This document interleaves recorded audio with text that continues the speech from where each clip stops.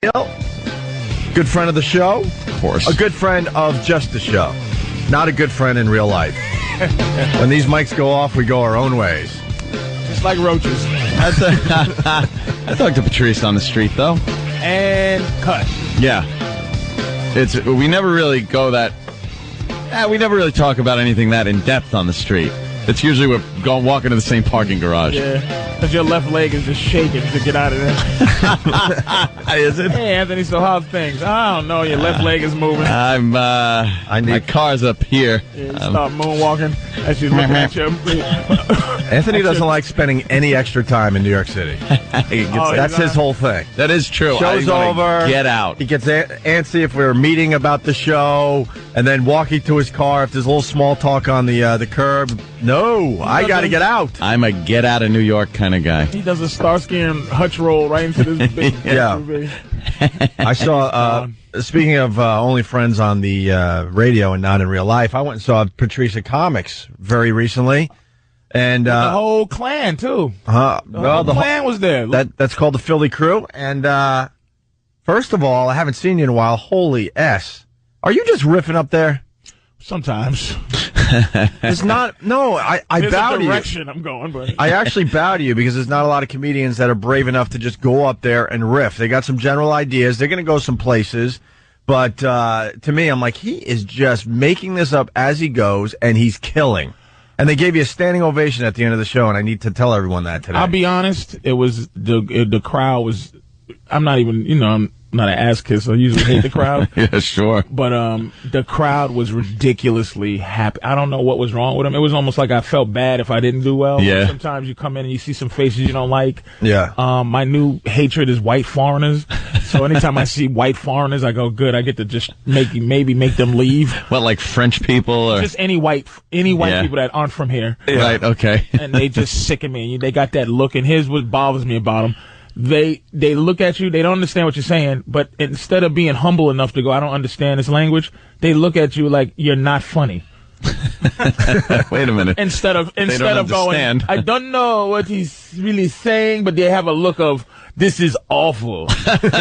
And I gave him a French accent, but it's all of them. All Czechoslovakians, and just their money's worth something here now, and they're just arrogant. And they just show up at different shows just to have an experience. But that crowd was ridiculous. That particular night, the crowd was, I don't know what was wrong with them. A Friday night, they just were happy to be there. They were loving you. And the other thing is you sit the whole time now. Patrice sits on a stool. The hell, are you Cosby now? What did you do? Hold on a minute. I'll tell you about it. I'll tell you why. He sits on a stool, and I'm sitting there in the audience, and I'm amazed by that he could hold court at this place, Comics, which is a nice comedy club. And he sits on a stool for over an hour and just has the crowd in his hand. That's amazing to me. I started doing that from depression. but I couldn't afford not to do comedy. So when I was depressed, I just sat down and started talking. It's like, screw it, I'm just going to sit here and talk, and if they like it. But he didn't get up once. He got up to leave the stage.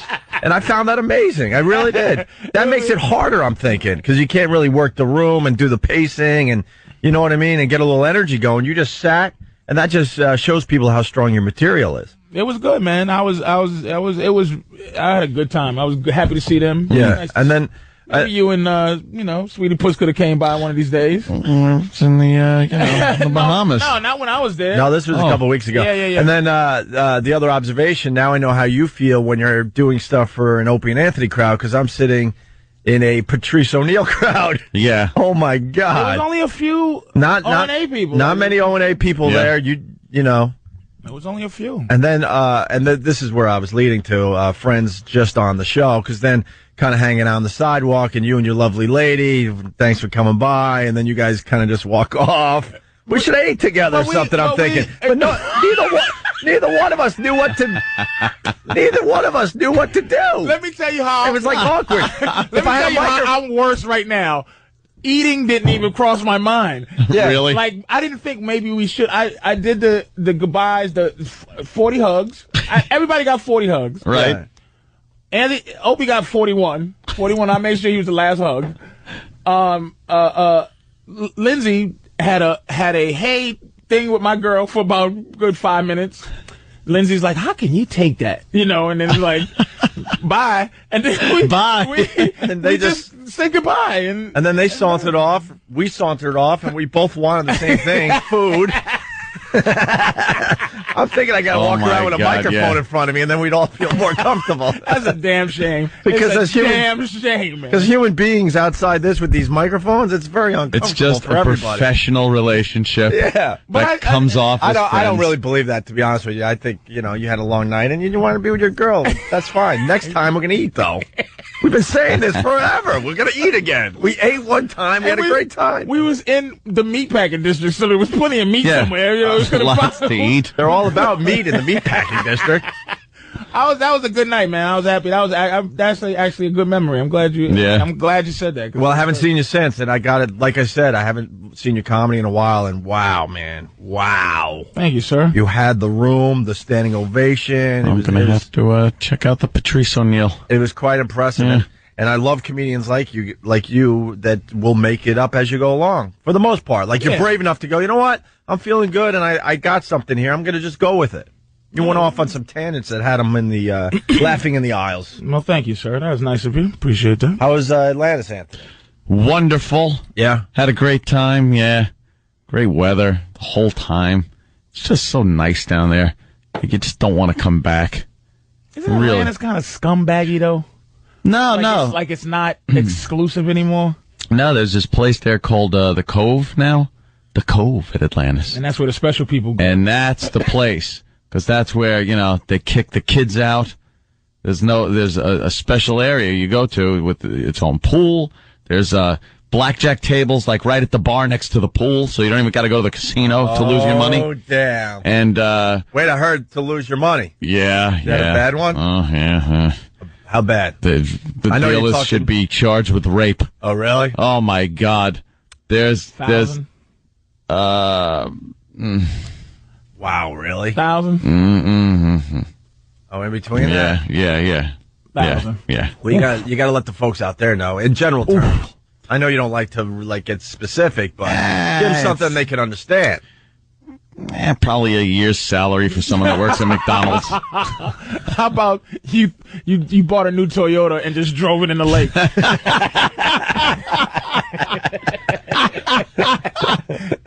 Yeah. I told everybody, watch this. That's pretty much it. Drove it into the ocean, waited for high tide for the thing to just float out to sea. Toyota.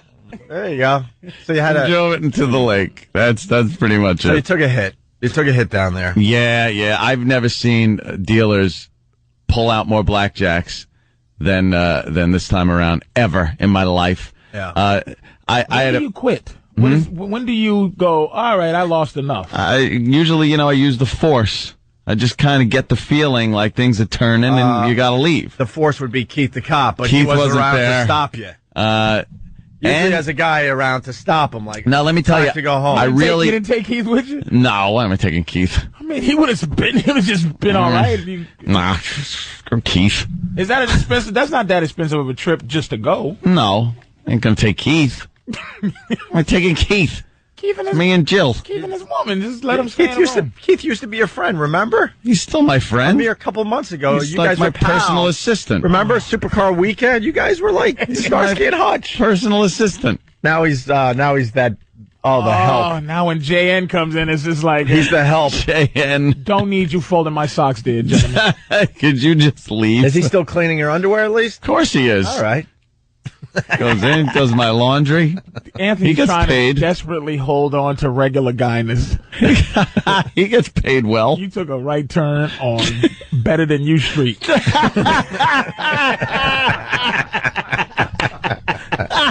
I'm better than you. You took a right turn, and you trying to, from time to time, you look over at one of the guys' street, and they like, "Hey, Anthony!" It's like, roll the windows up. Kind of keep going. So blackjack tables right at the pool? Yeah. That's insane. Yep. I had a pretty right at the pool bar and all that right there. Oh boy. I had a pretty good bet. I wasn't betting crazy. I couldn't get any traction at all. Usually, if you could get a little traction at the beginning when you sit down and build up a little pile, then you could play it. I really wasn't getting any. They were just raping me. It helps the nerves if you can win early. Yeah, you win a little early, and then you know you're at the table. You could pull back a little. You could then kind of change your bets up a little more. It's a lot easier when you win at the beginning than when you're fighting the whole way. So this little place, do you have to pay to get in there, or is this a place where adults go to escape? That's it. But it's not a place where you pay already and then you're just in the Cove. Nope, you make reservation at the Cove. You got to get a wristband to go to the pool area. You can't go into the pool area if you you don't make have a reservation wristband. To go to the Cove. You got to you reserve at the Cove. And what time was you gambling? Like, what time is gambling time? Usually after dinner, so 10 o'clock at night. Oh, so the pool is open. Oh no, I wasn't. Not the pool table, the casino. They actually have a casino there. But during the day, I wasn't gambling during the day until the last day we were there. I didn't even realize there were blackjack tables there. So I Thank God. Thank God I know you. Exactly. Thank God. So it was all about like this one situation that happened. I had a 21, not a blackjack, but I pulled a 21, and the dealer's got a 4 showing, pulls over, turns over that 10. 14, and then just hits a 7. But you're thinking, I'm looking real good. Yeah, of course. When the dealer's showing a 14, you got 21. Anyone would think, all right, I got this. You're looking good. There's the 7. So we push. And they have to hit on anything lower than 15, right? No, it's 16. They got to hit. 17, they got to stay. 17, they stay, right. So I go, you know something? Let's let it ride. So boom, boom, I get a couple of kings out there. So now I'm holding a 20. So on a push, you're now sitting pretty with a 20? Now I'm sitting with a 20. Oh, my God. Dealer, another 21. Oh, my God. Pulls out 2 21s in a row and takes, and that was the way everything went. How much did that cost you, that hand? That was like a couple of grand. Oh, my God. Yeah, that was a pretty good hand. That's a tough way to lose there. The big hands, I was losing on all the big hands. When I pull back, I'd win a little bit here and there, but the big bets would take a dump. So, but it really it wasn't about the crazy gambling like it usually is when I go to any place with a casino. Because you're in love. Well, as Patrice says, JN. JN was there, baby. Was there, so. And she sees some of that future money going out the window. She's like, is this necessary? See, back in the day, you gamble, you had nothing to live for. Nothing to live for. That's sort of what I was getting at. And Anthony doesn't want to show all his cards yet in front of the new lady. He's just trying to hang in there. You have one last bit of Freon left in that air conditioning mind of yours. There's one last. This is it for Anthony. There's a screw left. This is it. From back of the refrigerator when he used to fix the cooling system. You're just like, I'm not going to. That whole saying, remember where you came from. That saying is stupid. It's based on, look, remember where you came from so you don't have to ever go back there. It's not like remember stay there. So I can just, I grew up with roaches, so let me have a pet roach just so I can get down to earth. Yeah. Forget it. Hey, did you run into Eddie, the coconut man? No, I didn't go to that side of the beach. I stayed by the Cove. The Cove's got a great beach. That was scumbag days. That was regular guy. That's regular guy place. This guy has been regular guy. This guy has been making coconut drinks down there for who knows. The beach at the Cove there had to be 3 people on it, and it's all nice and sandy. They don't have like the big rocks like the other beach. The other beach sucked. Yeah, I hated it pretty much. Beach. That's why I've never gone back. I think the place is amazing, but the beach sucks. Now I got to check out this new side. That place is the place. Fresh, like right out the ocean fish, all kind of crazy good stuff. Oh, yeah. Grouper Great fish, food. They got big grouper fish and grouper. Is it not grouper? Yeah. What's the one that they call the poor man's lobster? I don't know. Anyway. There's one. Anyway, they have those big giant the fish that look like Edward G. Robinson. They look like Edward G. Robinson. Those are groupers. Those are groupers, right? Yeah, they're just massive. They're as big as that couch. Oh, they're crazy. But so you were just having. You don't even know how they're still floating in the water. Yeah, the restaurants are great. It was a good time, man. We had college girls aplenty, huh? Oh, there were college girls that were celebrating their graduation by getting so intoxicated, it was hysterical to watch. They're all in their bikinis dancing with some of these Bahama girls that would, they were in bikinis with their big fat asses. Some guy twirling a 2-edged torch.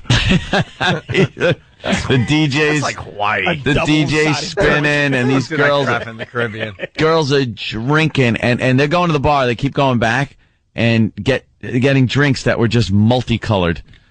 Drinking green stuff, red stuff, blue stuff, and they're just slamming them and dancing on the couches and the tables and just getting hammered. I'm looking. You and JN was just sitting there, just laughing at the kids. Just laughing, looking, going. They are going to be vomiting, projectile vomiting. 5 years like ago, he looked at hours. that and was like, "Oh God, look at these young delicious." Well, that's right. Now he's like, "Look at the crazy kids, right, boo? Look at the boo." No. That's why I said to Anthony in the office. I said 2 months ago you would have joined him. And now you're watching sitting from on the afar beach with a martini bucket and 2 straws. The love martini bucket. Just looking at him, go, look at the children. Yeah. Jay. What are they doing? All right, listen, we got to take our first break. Kids. We'll talk more about the Bahamas, Atlantis. Yeah. Also, we got to talk about Imus messing up again. Yeah. So they're saying. We got the audio. We're going to play it. This is just silly. I think it's. I don't know I don't know what to think. I don't know either. We'll get into that after the break. And the great George Carlin died yesterday. And you're kidding? We're off the air the day George Carlin dies. Are you kidding me? He was a true friend of the show. We met him back at NEW, 8 years ago, something like that, and he did our show over the years. And he's just a great, great guy. Always interesting when he came in to talk to us. And he was just here a mere few months ago. And regular news, I was talking with somebody in regular news. They was like, they're not covering his death enough. Hell no, they're not. But they are though. No, they're not. This Tim Russert, I'm sure he was a nice guy, but George Carlin was way bigger than Tim Russert to us. But to the regular comedians are looked at as bums. And for him to even look, Richard Jeni didn't even get. I don't know if he was even on TMZ when he died. But let's be honest. Don't compare George Carlin to. I'm not comparing George Carlin. I mean Richard Jeni to George Carlin. I'm saying George Carlin, for the news to cover the way they did, even that was big for a comedian. Yeah, dude. For a comedian, from a cultural standpoint, George Carlin was one of the biggest ever. He's my crap second best ever. Him and Pryor, and that's it. Oh, you have to go with the black guy first. Comedy's dead now. Comedy's dead. I said it yesterday. George Carlin was the greatest comedian I've ever seen live. He was second. Who did you see? You saw Pryor? I'm saying saw live in an audience. Well, Pryor was sick by the time I could ever see him. I mean, he was Carlin the greatest guy you saw live? I never seen Carlin live either. Okay. Who was the greatest comedian you ever saw live then? Just laughing at Boy George. Having to clean up, and he's throwing the dirt at the camera people that are filming him. Yeah, he's had it. Well, think about that, Patrice. We're going to go to. Yeah, that's a good question. We're going to talk about George Carlin all morning long as well. We got a clip here. Carlin on death. It's perfect for today. Creepy. You'd appreciate this. The Opie and Anthony Show. Really quick, a little inside, but that's fine. I'll help out everyone. If you're writing instant feedback, we get so much instant feedback. We can only scan this stuff. So please, if you're writing into us, make sense. With that, I read this instant feedback. Jesus Opie, Porsche? Does Victoria's Secret have a hooker aisle? What does that mean, dummy? What the F does that mean? What does that mean, you idiot? All I know is we were talking about Anthony's trip to Atlantis. Mm-hmm. We were talking about George Carlin a little bit. Yeah. We were talking about Patrice and his great stand-up comedy. Yeah. And this comes in. What are you talking about? People actually think they're making sense, or that we're in on some inside joke that they're doing. I don't know what that means. I have no idea.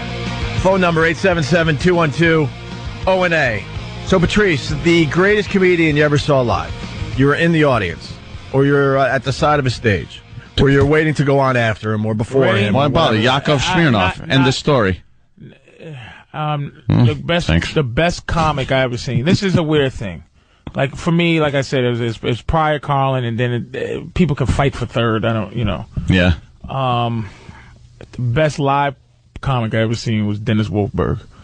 Oh God! I know that sounds just ridiculous, but I used to work at a comedy club. Yeah. When I was coming up, and Dennis Wolfberg. Yeah, sure.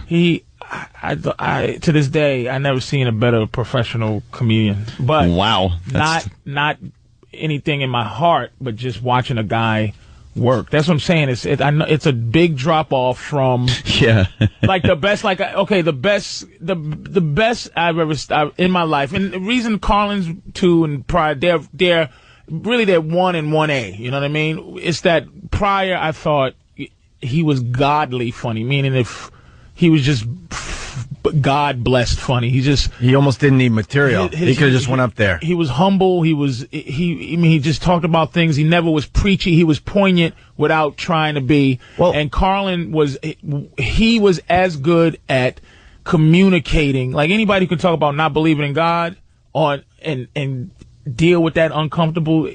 They were amazing, both the same in their certain way. But I just think Pryor was. If you could say, okay, that's what funny is, if you see it, that's Pryor. You know, you brought up a good point in there somewhere. There's a lot of comedians that aren't funny. They have a funny act, but they're not funny people. Richard Pryor was a funny person. George Carlin was a funny person.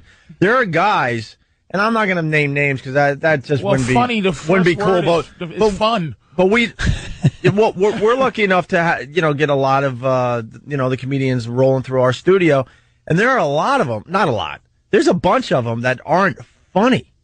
They have a funny act though. They have figured out how to get an hour, 45 minutes of stuff that when they're doing it on the stage, you look at that person and go, wow, that's a funny person. It's a funny act. As a person though, he's not funny. Aren't funny. But there's a lot. There's a bunch of them out there. You're lucky enough to be around a lot of comics who are funny. And just because whether you think they're funny or not doesn't matter. Like there's some dudes that I don't think are funny, but I know they're funny dudes. Like funny is a part of their life. Like they love being around something that makes them they're fun. Right. You know, most of the guys, man, and a lot of comics just you go funny. This is not something you have to do. This is something you decided to do. And that's why bad comics make me sick, is because I never watched Pryor and I never watched Carlin. People go, did they influence you? I go, no. I didn't watch Carlin and Pryor and go, I can do that. I watched them and went, oh my God, this is an amazing thing. Yeah. So I always said I would have did comedy with or without them because they didn't influence me to go, do that. Sure. So it's like these guys now, again, nameless, you just go, I'm just as funny as. Well, what I hate, what I hate is if I go to Caroline's and I see someone that is coming through and it's been 6 months, 8 months, and they're doing word for word the exact same set they did the last time. How can you do that? They do it though. That's why I brought up seeing you to start this show today. It was amazing. How can you? Because it was a completely different set. Anthony, who was the greatest comedian you ever saw live? Ever saw live? Not on TV. You're in the audience and you're just there. Yeah, probably Carlin. Back, at Westbury Music Fair back in Jesus Christ, probably 83 or something like that. In the round. Yeah, in the round. George Carlin in the round with his old ass, looking at you every once in a while. Yeah. All right, moving on. We got Mr. Imus in a bit of trouble this morning. Getting coverage all over the place, man. All over the place. What do you think? Fired or so completely fired? I don't know what to think of this one. I don't know because I think the first time it screwed up, I still don't see it. Sorry, I don't. Yeah. They've been playing that clip all morning long. We're not allowed to play it on radio, even though we're trying to discuss this like a news station would discuss it. Yeah, they play it on the news. But if we play it on our radio show, they'll dump out of it, and then we'll have to have a meeting, and who needs that when you want to get, out of the city right after the show? But I don't know. I think this one, if he's explaining it one way, but I think this is worse if how can I explain this? Patrice, help me out. Like he said, let's just play it. We'll start. All right. This is what Imus said yesterday. Defensive back Adam Pac-Man Jones, recently signed by the Cowboys. Here's a guy suspended all of 2007 following the shooting at a Vegas nightclub. Well, stuff happens. You're in a nightclub, for God's sake. What do you think's going to happen at a nightclub? People are drinking and doing drugs. Yeah. There are women there, and then people have guns. So, go ahead. Well, he's been arrested 6 times Since being drafted by Tennessee in 2005. What color is he? He's African American. Oh, well, okay, there you go. Okay. Now we know. Well, there you go. Well, there you go. Now, he's claiming that he said that because, well, they're arresting him a lot because he's black. I think he's being sarcastic. I hear a lot of sarcasm, especially in that first part where he's talking about, well, you know, what do you expect? You go into a club and people are drinking and there's girls there and guns, you're going to have shootings. What's the problem? Like he's doing this whole as a matter of factly kind of a, hey, yeah, the club? Well, of course, there's going to be gunfire. What are you, crazy? And then he goes into the thing, what color is he? He's black. Well, of course, sure he is. What? Like I catch a lot of sarcasm in what he's saying here. But I don't think it's going to be picked up like that, especially with the likes of Al Sharpton. Right. Patrice? I'm not sure, man. I'm kind of there with you. I'm right in the middle. Like, you know what? Like I always, the first thing I always do is put myself in a bad spot. I put myself in the spot of the dude that's not trying to get fired. Right. He's an old man trying his best not to get fired. Right. The old school incident, he was not an old man trying not to get fired. So he's probably not gonna make a racial. It's possible he was trying to say, well, they're bugging him because he's black. That could have been an indictment on society. Mm-hmm. I mean, I know that's going deep. It's amazing. They're spinning it that way immediately. They've already put out a statement that said that's what he meant. It's possible he's like, well, he's black and people are going to bother him because he's been arrested 6 times because he's a black guy that hangs out at bars and he's a professional athlete. They're bothering him. If I had said it, I don't know if that would have. They might have took it like that. But again, he has a history. A history, yeah. I say this. The Democratic nominee for president of the United States is a black man. So anything goes now. I'm just going to say whatever he wants.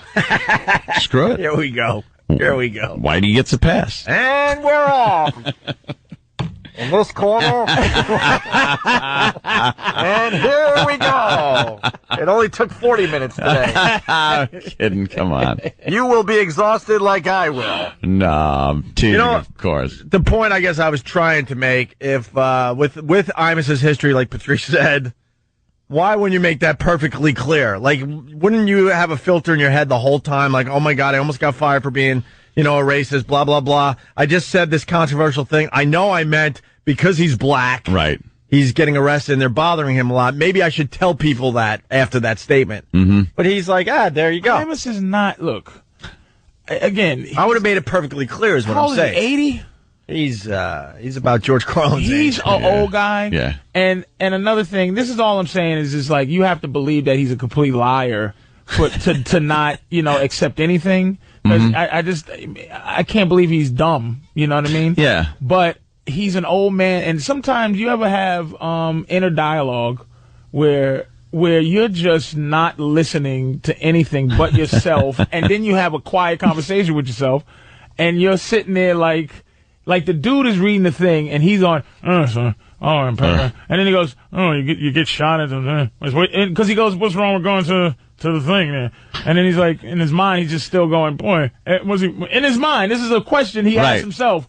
What color was he? What color is this guy? And evidently he don't know who the hell Pac-Man Jones is to even ask what color Pac-Man Jones is. You know what? He knows who Pac-Man Jones is. Do you think Imus knows and knew he was black before he even asked that question? He worked on a sports station for way too long not to pick up a thing so or two. If he knew that black Pac-Man Jones was black, he had to have known. Then there could be an issue. Well, they had to have known.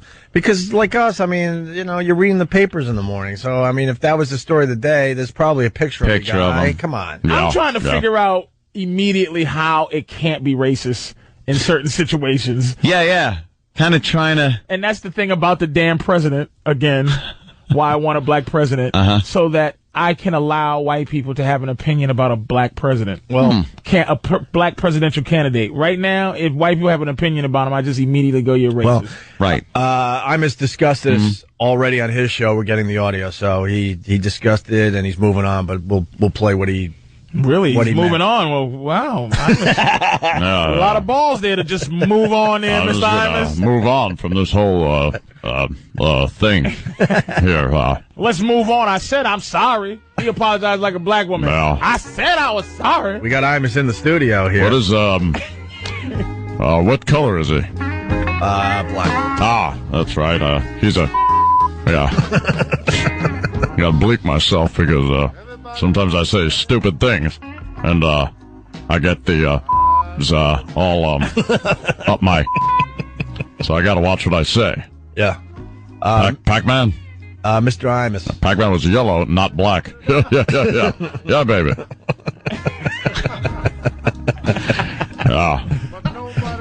Mr. Imus? Yeah. Reverend Al Sharpton's going to have a statement in the next couple of days. He's going to look into this latest faux pas. He could kiss my black ass is what he could do. Yeah. Oh, shut up, jerk. You don't have a black ass. No, he does.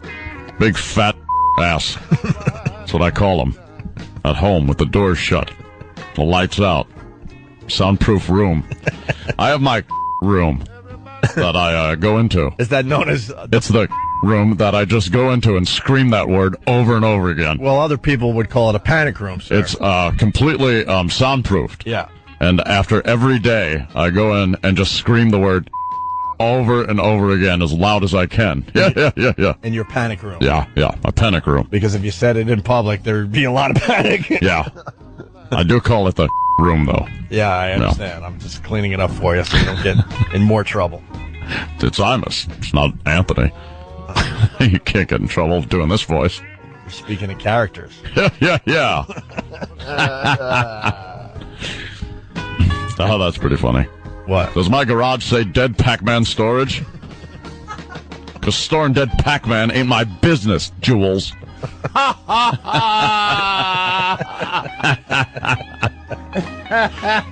It's going to happen if my wife comes home. I'm going to get divorced. Yeah. I don't want to get divorced. You got to call some people. You're on Pop Culture. A movie from what? How long ago was that movie? The Iron Man's on. Yeah.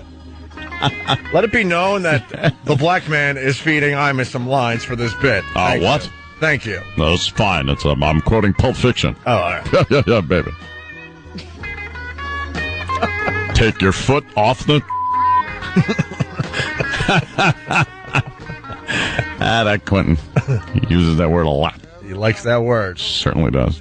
Jesus Christ. I think you like that word too, Mr. Imus. Yeah, I love using it. Yeah. So I go into my panic room. It's a panic. Never invited anybody in there. And I yell that word so loud and so clear. And I have a few pictures up in there. Reverend Al. Right. Yeah, and I yell at him all the time. Mr. Imus, there's a great line coming in from Steve from Bayshore, but I'm too scared to even say it. Really? Because they're listening to us right now. But you know, Pac-Man is a video game. Yeah. Old school video game. There might be another old school video game out there that we could reference with Donkey Kong. Well, I wasn't going to How's your Donkey Kong? I used to say that all the time. How's your Donkey Kong? Right. Yeah. I did hear that Reverend Al is very upset with me, and he's going to be throwing barrels at me. No, he's not. That's not what he does. Do. Sorry. I apologize for that. Yeah. I'm sorry I said that.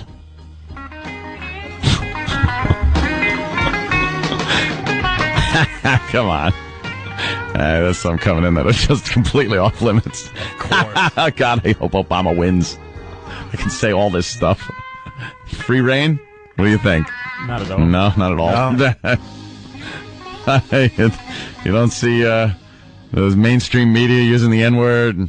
Oh my God! What are you going back to just saying it instead of saying the N-word? Hell no! It'd be much worse.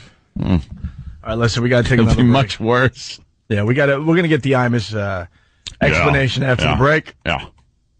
We got Patrice O'Neill sitting in for Jim Norton today. You promoting anything there? I'll be at the Houston Improv on July 4th, 5th, and 6th. You're doing the improv tour. Houston, Texas? Houston, Texas. Be careful. They don't like down there. What, they don't like Pac-Mans? Yeah, that's what I meant. I'm sorry I said that. I apologize that I said that. All right, we're going to go to... On this Two for Tuesday.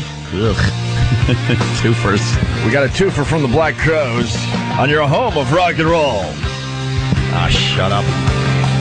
877-212-0-A. It's the Opie and Anthony Show. Getting back into it. Took yesterday off. All hell broke loose because we took a day off, by the way. What happened? They're bitching and complaining everywhere. Why? Jesus. Because we took a day off. Oh, perish the thought. You take a day.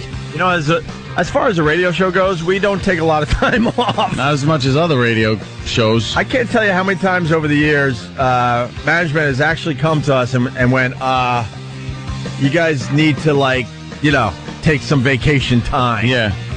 Take some days. I think officially we get anywhere between 4 and 6 weeks a year off. I think it's close to 6 weeks. I remember the time the boss told us to take 2 years off. I think that's why we don't take a lot of time off in general. Yeah, we're afraid. If we're away from the studio too long, we just assume they're, hosing the area down, getting it ready for the next morning zoo. Slappy and Wappy show. So relax, exactly. We're back. But next week we won't be. Next week we got a short week. What? Oh, we're heading toward the 4th of July weekend, my friend. That's true. Yes. And see, we're smart because they're giving us the 4th off. Mm-hmm. So then we're taking only a couple days around that, and then we still can take a real vacation later this summer. Yeah. See, we just take a few days. Right. It's not a vacation, it's a few days. Officially, we're taking 2 days off next week, but that means we're missing 3 shows. Right. Hey, it's summer. Leave us alone. Exactly. Yesterday, though, not yesterday, Friday, was almost the end of the Opie and Anthony show. What happened? Well, you left early. All right. To catch a plane. What are you laughing at, Patrice? The setup made me laugh. What? I'm just waiting for what y'all got to say. Yeah. Well, Anthony left early. He had to catch a flight to Atlantis. Mm-hmm. And we had Tippy Tom, our homeless friend. Oh, what did he say now? Huh? He didn't say awful. Anything. It was awful. And he wasn't the homeless guy that got us in trouble. That was homeless Charlie, who I think the government killed because we haven't seen him since. That's true. We haven't seen homeless Charlie since. We saw him one day. He was a huge fan of the show. We've never talked about this. Let's talk about this for a second. He's walking around. I know he's doing. Dude, homeless Charlie. Last time you seen him, an Indian threw a water fountain through a window and was running down. Yeah. Let me set this up though. Homeless Charlie all of a sudden met us outside XM. He was cracking us up. Huge fan of the show, even though he was homeless. He comes up and he gives us an hour of amazing radio. Some people were saying he was like the homeless version of Richard Pryor. The guy had wit and he was quick and he was just da. Yeah. He said some crazy things that got us suspended for 30 days. Mm-hmm. He made some type of sexual threats against certain female world leaders and dignitaries. And stupid us, we thought that we can't possibly get in trouble for this. It's the rantings of a madman. Rantings of a homeless guy. Why couldn't you just let this guy go off and give people a little window inside of what goes on in a homeless guy's mind? And we assumed everyone would understand that, but of course they don't understand that because they're just out there, these Breitbarts. Our assumptions stink. And the rest of them, Politico. Politico's the new one that got Imus all this attention today. They saw it a different way, and they tried to get us fired, and thank God we didn't get fired, but we did get suspended for 30 days. The point being, though, homeless Charlie, huge fan of the show, we haven't seen him since, so I'm starting to think the CIA kind of took him out. You think that's what happened? Yeah, I think he's... Oh, they cut out his brain! I have no idea what happened to homeless Charlie. We haven't seen him since. No one has seen him since. I just need to know the guy is still out there being homeless and stuff. Maybe the government relocated him. You think that's what... It was the part of the relocation program. A black van just pulled up. They threw him in and speeds off. You're never seen or heard from again. By the way, who is who is working the filler clips at XM today? That'd be Butcher. Oh, boy. Butcher, you are so fired. You are so fired. Oh, boy. What did he do? And Steve, you are a dummy. Oh, boy. Because what I'm setting up here is a clip that they just played over at XM as filler. Why would they throw that in as filler? Why would they throw that in as filler? Oh. I just need people around me that understand how radio works. We're going to be replaying this today, you dummies. What was it? So now I apologize to the XMers because we have to play this They again. just heard it? They just heard it. Oh, my God, we got dummies that work for us. What is it? Like, how did they know? Why would you just... This is way too inside, trust. Oh, boy. This is like Radio 101. Radio 101 crap. You just don't throw this radio gold out there while we're in a commercial break on regular radio. There's a whole thing that comes with it. We got Anthony back in studio for the first time since we did that. Oh, so they played that? Yes! Stunt Brain, how long have you been working in radio? Christ. Help me out here, because people are sick of me bitching and complaining. But 20 years. Radio 101. Yeah.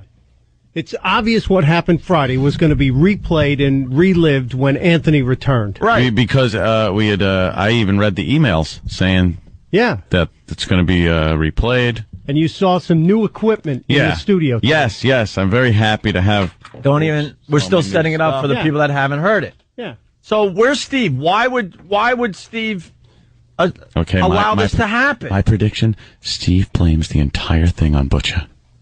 But he's the executive producer. Yeah, but Steve, why is Butcher playing what we're about to play here with Anthony in the studio? I completely agree with you, and we've had a system in place for months. Why that system can't function, I don't Get him off the board. I'm dead serious. I understand. And have him make fucking coffee. Oh, geez. What? Oh, the language. Have him make coffee. Fine. We need someone that understands the basic ABCs of radio. We've even got fail-safes We're in the radio place. battle of our lives. Oh, we've got fail-safes in place. The fail-safes aren't paying attention, and I'm looking at the fail-safe right now. Why? Tell him to take a cooking class. He can make breakfast for us every morning. Oh, we'll get some hot plates, and he can make omelets. Holy! It'll get done. We have 20 guys working behind the scenes. Get one that understands what we're about. It'll get done. Stunt Brain is shaking his head. He understands exactly what I'm talking about. It shouldn't have been played. You don't just throw that crap out there like, oh, here it is, blah. No. So I apologize to the X-Hammers, but I got to go down this road. I have to do this, even though you just heard this. But at least now you'll get a little something because Anthony's back and he could comment. Yeah. Get him off the board. Yep. Done. I'm serious. If he's just throwing that crap in there, he doesn't know what he's doing. Sorry, Butcher, you don't know what you're doing. You work hard, but you don't know what you're doing. Anyway, Anthony left early. Yep. And I was listening. And Tippy Tom was in studio. And I was thinking that, that it would be fun to have Tippy Tom sit where Anthony sits. I was listening to the show, and I knew that was going to happen. At first, you invited Tippy Tom to sit somewhere else. So, Tom, why don't you sit? Oh, I heard you go, Tom, why don't you take a seat? And then you said on the bleachers, in the middle of the bleachers. Right. Because we have a live audience over there. Right. And it was packed, and Tippy Tom smells pretty bad. And it was upsetting to the people, so it's funny to us. But at that point, I thought you were going to tell him to sit in my chair. So I'm listening, going, oh, whew, okay, skated that time. Then I heard, oh, wait a minute, I got an idea or something. And I knew it was coming. I went, oh no, here's where they put a stinky homeless guy. And I can't describe the smell, people. You ever walk by, you're walking down a sidewalk and there's bushes on the side and you know that there's a dead animal in those bushes because it's that pungent smell of death? That's what Tom smells like on a good day. And I knew he was going to sit that funky ass down in my chair and then start fumbling with my accoutrement. Well, what describes the smell perfectly is the fact that, like you said, we have bleachers and we had a full house. We had standing room only. There was 20, 30 people standing around. Where Tom was sitting on the bleachers, people refused to sit in that section of the bleachers. Yeah. So, there was easily 10 to 12 spots that people could have been sitting. But they chose not to because the smell was that bad. He has a smell force field around him. Right. That no one can penetrate. We could put a picture up of Tippy Tom on ONARadio.com. You could smell him by just looking at the picture. Yeah. It's there. You took it on Friday. It's in Opie's eye, but I'll move it. All right, very good. So anyway, I decided that Tippy needed to sit in Anthony's chair because Anthony, went home early. Yeah. And, Tippy Tom's disgusting, but Anthony really finds him disgusting. I don't like him getting closer than probably 15 feet. Right. To me. Right. If he gets within that 15-foot range, I scream. I tell Keith to move him. I get him out of the way. I get up and move. I don't like him being around me because the smell. And you know something? I'm not a fan of things like head lice, rickets, emphysema, whatever else he's got. Shingles. The ninja. The ninja. He might have the ninja. He might have the ninja. He says he doesn't have the ninja, but yeah. But anyway, here's the moment where we decided to have Tippy Tom sit in Anthony's chair, and by the reaction, you can tell that this is not a good idea. And also, if you know the show, and if you know Anthony, you know this was not a good idea. And I'm listening, and it's really a horrible feeling to listen to this and be powerless to do anything about it. Like I wasn't in the studio. I'm in my vehicle. I'm driving, listening, and horrified that this is going on. Even when Tippy Tom comes in this huge studio we're broadcasting from now, Anthony will run all the way over to where E-Rock sits. He just doesn't want anything to do with Tippy Tom. So for Tippy Tom sitting in his chair, not good. Just him sitting in the chair would have been the worst thing ever. And then it just got progressively worse. I got an idea, Tippy. How you doing? I got this idea. It might be a little crazy. I don't know. But Anthony had to leave the show early today. He's going down to the Bahamas with Phil Nicolini. Oh, that's good news. Why don't you come on in here, Tippy? Goddamn, Tom. He's so upbeat. Poor bastard. That's good news. That's good news. It might be a little crazy. I don't know. But Anthony had to leave the show early today. He's going down to the Bahamas with Phil Nicolini. Oh, that's good news. Why don't you come on in here, Tippy? Come on in, Tippy. Listen to the effing crowd. Tippy is a man. Tippy, I want you. That's goddamn good news. This is great news. I want you to sit. I want you to sit in Anthony's chair. Yeah, the big comfy chair. Make yourself comfortable, Tippy. I feel like talking. Let's hear it for Tippy Tom sitting in Anthony's chair. Yeah. There you go. All right, Anthony. It's the Tippy. Cleaned up just for you. Tippy, it's the Opie and Tippy Tom show. Beautiful. Here you go. There's your mic. Why don't you try out some of the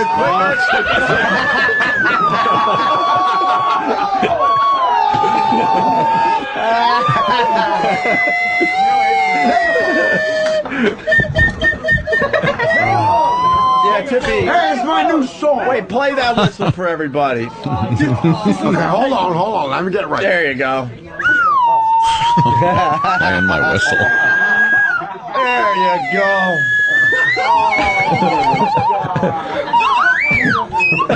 Tippy Tom. Sitting in Anthony's seat. By the way, the video is up on YouTube. Sam got it up there this morning. The search is Tippy Tom sits in Anthony's chair. I believe we'll link it to ONARadio.com as well. You know it's been in his mouth? Yeah. And he's playing my friggin' slide whistle. Yeah. And you're listening to this in your car, right? Yeah. Again, you had to be losing powerless. your mind. I was going crazy. And powerless to do anything about it. Yeah. He is such a disturbing individual to have around you. The smell, the sights, knowing that he's constantly reaching and grabbing at himself through those disgusting underwear. And there he is, touching all my stuff. Ugh. And Anthony finally had it, and he decided to call into the show. I had to. Hi, who's this? We had Tippy Tom answer the phone. That animal out of my... No! The animal's not here now. I will not I will never use any of those things again. I want everything disinfected, the entire side of the studio, and I will not sit in that chair. You're out of business now, buddy. You're fired. Oh my God! Oh my God! What I don't understand is why you ain't playing no rock and roll around here. I knew this was going to happen too. I knew it. The second I left, I'm like, why haven't they sat him in my seat? I know these are going to do that. He's having a ball over there. He's touching everything. Yeah. How was a guy like that homeless, man, with the wit he has? Yeah, that's wit. He's got other stuff that rhymes with wit in his pants. That's why he's homeless. Look how homeless he looks in your chair. Look how homeless he looks in your chair. That's he's the only so way to poor describe and it. so homeless. Get some of these pictures up on onaradio.com for the folks. He's just a piece of wit. He certainly is. And then it continued. Tom, don't put your mic. Your mouth is not far enough. You have to move your mouth Yeah, you closer to the get closer microphone. to the mic so we can hear you. Get closer to the mic, Tom. He can't hear you. I got the headphones on. No, but get closer to the mic changed. His lips are This is touching good. it. Now I know everything I can't use anymore. The mic, I'm taking the mic off and throwing it in the garbage. Is your name Mike? Oh, Jesus Christ. Where you been, Mike? You're in think bomb. You might think about getting rid of the chair, too.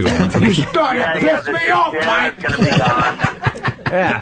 Why don't you When I get pissed off, I turn into the Hulk. And I swear to God, Yeah.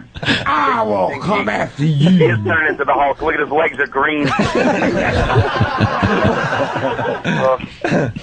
Well, have fun with Tippy Tom. I'm going to go to the Bahamas. Hey, Tom. Oh! Hey, Throw away everything in that studio. can I go? Hey, you want to go to the Bahamas with me? Yeah, why not? Wouldn't that be great? I could just ditch him there and have him swim back. Yeah. And you get to enjoy my company. Hey, Tom. He is a funny guy. Sitting in your chair doing it, man. Look at him. He looks very comfortable. Oh, look at him. Yeah. Fantastic. He knows his way around a microphone. And he's just touching your slide with all your toys. I know. I think we got the megaphone here, too. We got one more clip to play. You have to adjust the Pal Talk cameras with that handle right there, because nobody can see. Wait a minute, leave my spray alone. No, get rid of that. Every time he touched something, the audience groaned because they just know how you are. Yeah. You know, we don't like dirty, filthy, homeless people to begin with, but you really don't like them. Mm-hmm. Right there, because nobody can see. Wait a minute, leave my spray alone. No, get rid of that. He's even touching the scent things. Oh, no. Oh, God. Oh, what's this for here?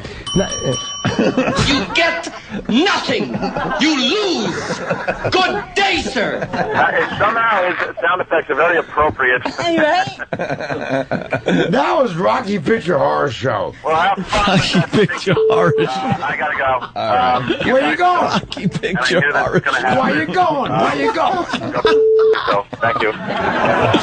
Yeah. There you go. There's Well, I Anthony tell on his you way to what. the Bahamas. And that's how it went down. Rocky Picture Horror Show. What's wrong with it? It's great. He's disgusting and fantastic. I saw that the boys got you all new toys, and they were waiting for you as soon as you got in today. They were still in their boxes just to prove that they were brand new. New wacky horn, a much better slide whistle. See? That one sucks. No. Look. This is the universal sound of,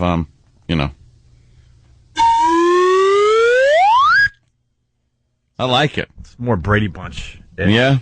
Oh, let me see. I can't go fast. It needs some grease. Needs a little Earl. Needs a little lube. Gotta lube up your whistle. Gotta lube up my whistle. New bell? Let's say hi to Tara in Jersey. Tara, what's up? OMG. Oh, my God. I can't even, you guys answer on the phone. I can't even talk. I need your help. Why? Yeah? I have a lot of men problems, and I can't even believe I'm on the freaking radio. I actually never called you guys ever, and the first time I got through. All I've been right. drinking Heineken since all late night. Oh. They stutter. Yeah. Don't you have work today? Yeah, I do. But that's not until later. Yeah, I have a job.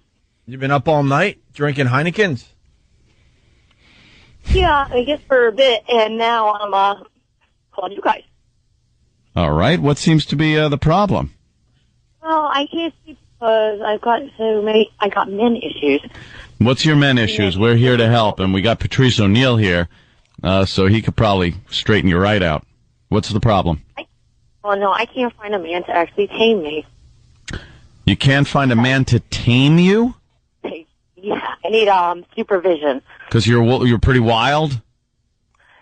I am super independent, and I can't find anybody that can actually stick around and deal with me. And By super independent, do you mean you're slutty? You have sex with a lot of guys? What do you do? That's no, actually, I'm very good at it, but I'm very selective, and all of them, so many of them want me. So why do the guys leave you? Doesn't sound like you should be selective if you're drinking Heinekens all night long. I mean, you do realize it's Tuesday morning, right? Somebody with me, right? And what drugs are you on? I'm nothing. No, you're on drugs. What drug are you on? This isn't just on anti-drowsiness medication. What? Anti-drowsiness medication. What is anti-drowsy medication? I don't know. You gotta also known as may cause drowsiness. Also known as coke. Why don't you just say you're on coke? Oh, I'm not. Meth. Anti-drowsy nose powder. Yeah. Right. This is more than a Heineken buzz. Like the way it smells. Yeah. This is more than a Heineken buzz. What's the anti-drowsy medication? Is it crystal meth? No, no way. Never touched that. What is the anti-drowsy medication you're on? You said it. I'm not incriminating myself. Oh, coke. All right. Done a little coke. You said it. I'm not incriminating myself. But you said it. You did say it. You guessed it right. I never said anything. You said it. You're looking. So let me get this straight. You're looking for a guy that wants to deal with some whore that likes the nose candy and drinking Heinekens all night long on a Monday night. Are you talking? You talking to Sosa on the other line? No, I actually closet, and nobody even knows I do that. I dabble here and there, and I hate to tell you, sweetie, but everyone knows you do it. Probably. We knew, and we don't know anything about you. It took us 2 minutes to know everything on the about phone. you. Do you think I would actually talk to somebody else and go out in public any other time than this? No. So no, but how are you going to find a man that wants to deal with this crap? Well, I mean, you could. I'm sure you could find another addict. And she's blaming men for not taming her. Yeah, for not taming her. What do you need? Do you have a MySpace? If alligators could speak, I can't find anybody to stop me from swallowing people whole. It's your fault you can't stop me from being a drunk. Hey, maybe it's your fault, beautiful. Yeah. It is, actually. Why don't you just why don't you just try to be wanted? So what are you looking, Tara? What are you looking for? Happiness. Another half a gram. Happiness at the bottom of those bottles. Is happiness there? No. Yeah, the Heinekens are an aside. They just take the edge off. No kidding. Yeah. What do you think we were born yesterday? We know this. Do you drink two at a time, one in each corner of your mouth? Just. Okay, so you don't live in a glass house then, right? So you don't throw stones. Oh boy! Shut up with that crap. She's just saying old. Come on. Old Testament. Yeah. Those who live in glass houses, shut it. What's your job? I find that I'm normally actually because I'm so effed up right now, and that's a fact. Whatever, but other than this, what do you look like, you animal? What do I look like? Yeah. You sound about 40 plus. Someone is suggesting you need Mike Tyson to tame your ass. Yeah, he'll do it. A couple of body blows. How old are you? 40 what? No, I like it rough, but I don't need a right hook in face or nothing like that. Yeah. How old are you? 40 what? 30. 30, so you're about 35. All right, so you're about 35. What's your job? No woman admits their real age, so you're easily 35. Yeah. So That's what what's fucked up about people, because oh my God, because I can't stand the rest of, like, every moron stupid. What you're tired of is people thinking you're 40, but you're really 30? No, actually, they think, whatever, that's everybody's problem, but actually I go for normally 26. I'm brunette right now, so there's nothing young about her voice. She's done a lot of damage to herself. No, you can just hear it. No, I look my age, and but you've done a lot of damage, though. Yeah. What's your job that you're barely hanging on to? What's your job? She's a mud wrestling referee. I'm actually I'm going to school for mortuary school. Mortuary school. Maybe you can find a man there. A necrophiliac. Yeah.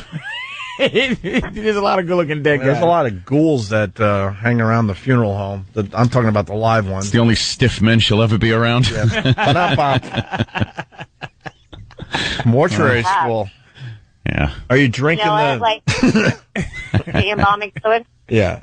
No, it's just something to I didn't really rather need an answer to that. No, yeah, well, whatever. I guess I'm a little. Raise your hand if you hate this woman. I want to know more, but I just count 1, 2, her sadness. 3, she's not digging deep. Yeah. She's not really exposing this inner sadness. So you're mad that men can't tame you. So we got a guy that wants to tame her on the line. Let's say hi to Bob in Jersey. Bob, you're on with Tara, who needs some taming. What's up? Yeah, it sounds like she does. You guys remember the Bob and Angela limo ride? The what? The Bob and Angela limo ride. The Bob and Does that back about 10 years when you guys were on that other station? Yeah. Yeah. Okay. What do you say? Yeah, that's me. Yeah, I went for the ride with Angela and took care of her, and Opie didn't believe it. Oh, okay. I remember you. Sure. Yeah, I can take care of this one too. She sounds like a decent pig. Yeah. Hey, Tara, are you a decent pig?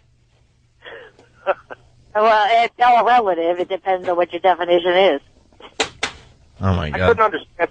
Yeah, this one. Thank you, Bob. So I have I'm very good at what I do, but I don't just. But what do you do? What are you very good at? Yeah, what are you good at? What do you do? You said I'm very good at what I do. All right, what do you do? Listen to this nonsense answer. Tara. Well, what? I'm very good at what I do. What do you do? Oh my God, I was so nervous. That's why I'm sorry. No, when I am freaking awesome at sex. I love sex. I am really good at like. She's good at sex, guys. When I do it. Stephen S. from Bayshore writes, drunk, boring, coked up, and wants to work in a funeral home. What a catch. Yeah, right? All right, listen, Tara, we don't know what to do with you, to be honest. She's just some... You're some coked out, Heineken drinking whore from Jersey. Horny, old, young broad. Sounds like you would be an easy lay, so you got that going for you. Which is nice. Actually, that's the funny thing, I'm not. All you need is some whore bait, and you're ready to go with this one. Yeah, no, that's the best part. I'm not as easy lay. Really? Like caffeine. Yeah. No, You are easy. Just a little Coke, and you go. That's pretty much the... I watched all the... No, that's what Coke... That's why they call them Coke whores. Do people even exist like this? Coke? I thought they stopped after the Mamas and the Papas was done. Hell no. Like, that's some 70s. That's alive and well, man. What are you, Diane Keaton?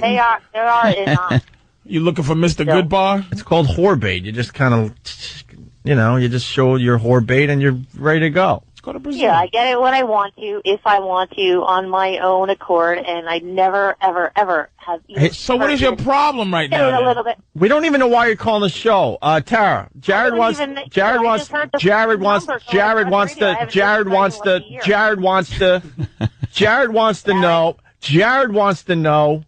do you take it? Jared wants to know.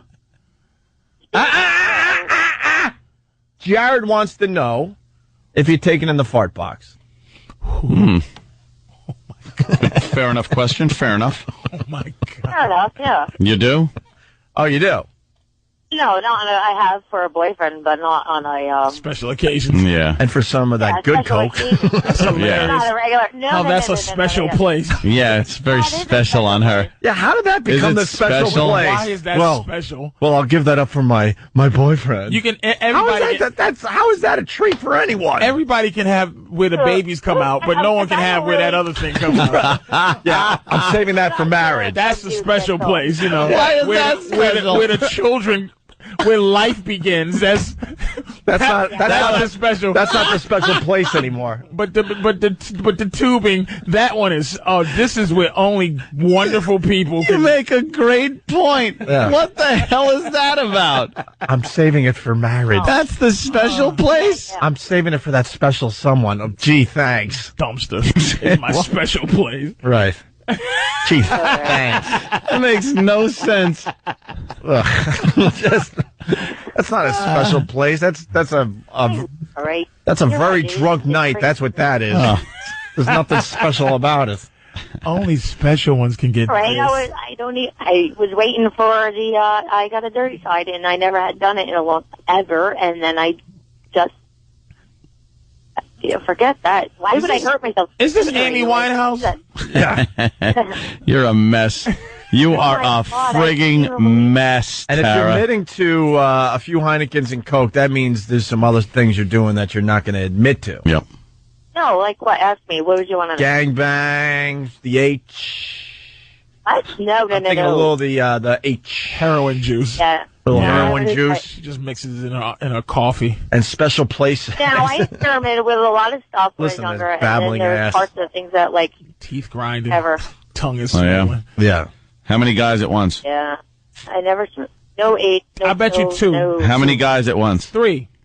I never did more than 1. I've had a girl and a guy. And I stole a girl from her boyfriend Yeah. Yeah. just because it was You fun, must, but, you must be a hell of a catch. Yeah.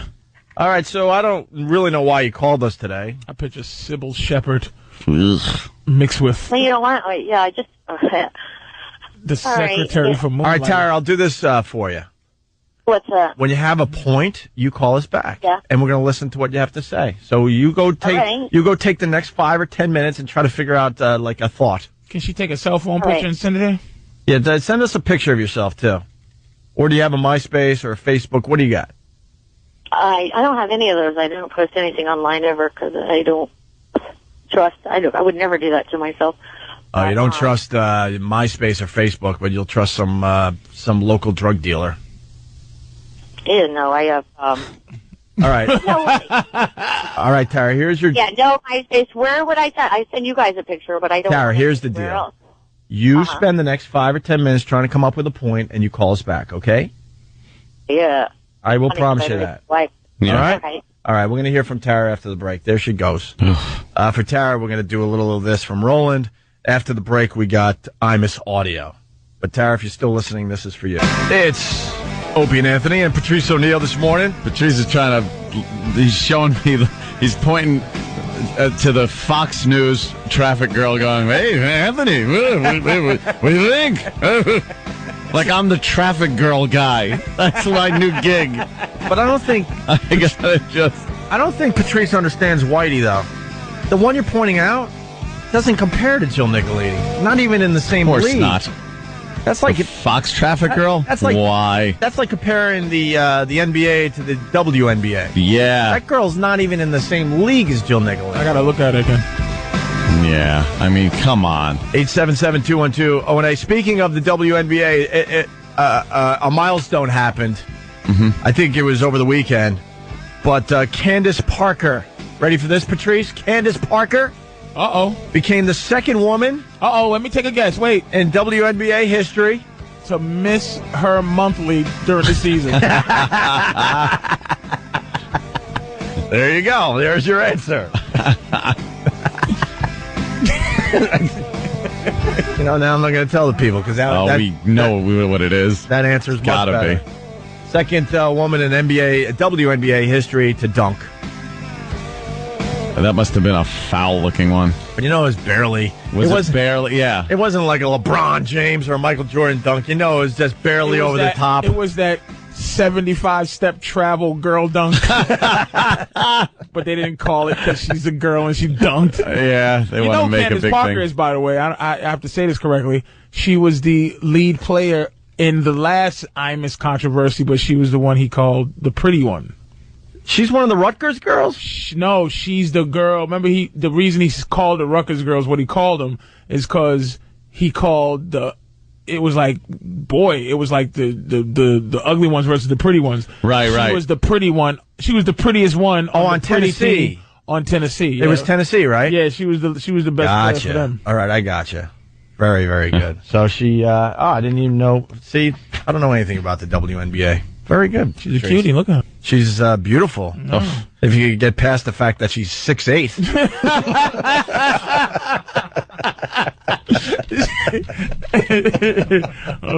Give it to me. What? How tall is she? Seriously. 6'4". 6'4". Well, imagine walking in somewhere with her. She's beautiful as long as she sits down the entire time. I was at like a party a couple of years with a bunch of WNBA girls and Jennifer. What's her name from Connecticut? She was really good, but I said, man, I'm a big fan. I really think you can play. And she's like, thanks, buddy. Thanks. Thank you. Good looking out. No lie. Just good. Thanks. Thank you. Thank you. Good looking, dude.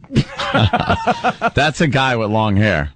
Oh, that's just no. I think she's a See, and you gotta go like this. Too manly looking. Squint a little, and then put your hand over the rest of the body. Just look from the chin up. From the chin up. Let me see. She's I don't know. She's got a little bit in her. It's kind of like a guy. She's a cutie to me. You like that? Candace is. Wait a minute. But if you go all the way up to her eyes, then she's beautiful. She's a cutie, man. All right, look. Go up to nothing manly about her. Go up to her eyes, and she's beautiful. The nose, she's still beautiful. It's the chin. Something not manly, something boyish looking about her. Well, she has to play basketball. I mean, I think. There you go. Zoom in. Come on, E-Rock. Now, can we see her face?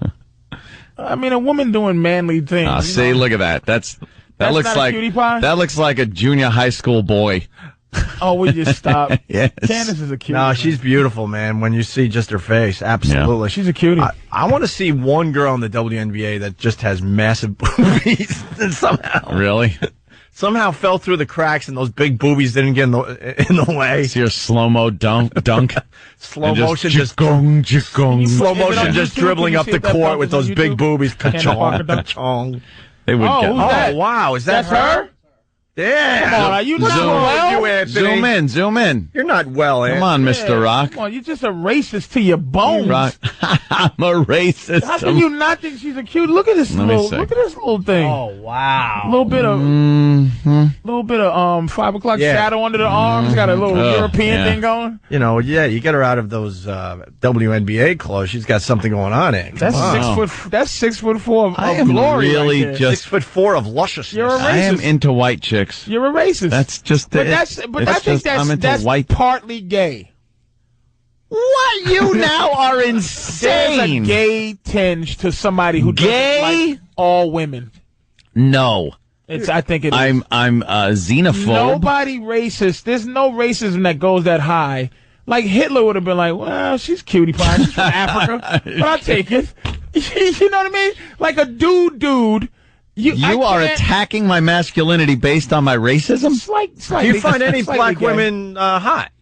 No, he's a racist. But that girl she's definitely hot, man, and she's more white than black, by the way. That's what I'm saying. Not even Anthony's so. No, that's not true, because I probably name one black girl you find hot. Back in the day, I probably would have had sex with what's her name? Stupid. What, before you joined? Somebody has to say stupid. Francine. Oh yeah, like stupid Francine. You're right. Francine is. I probably would have had sex with her. Francine is built like a boy. No, Francine is. I'm just saying she's black. Cut me some slack. I can't Jack. do that. You're not allowed. You're not allowed to go. You know what you're not allowed to do? What? You're not allowed to go. Hey, that black girl. Like you're supposed to. Just any hot-looking black girl. Sleep with anything.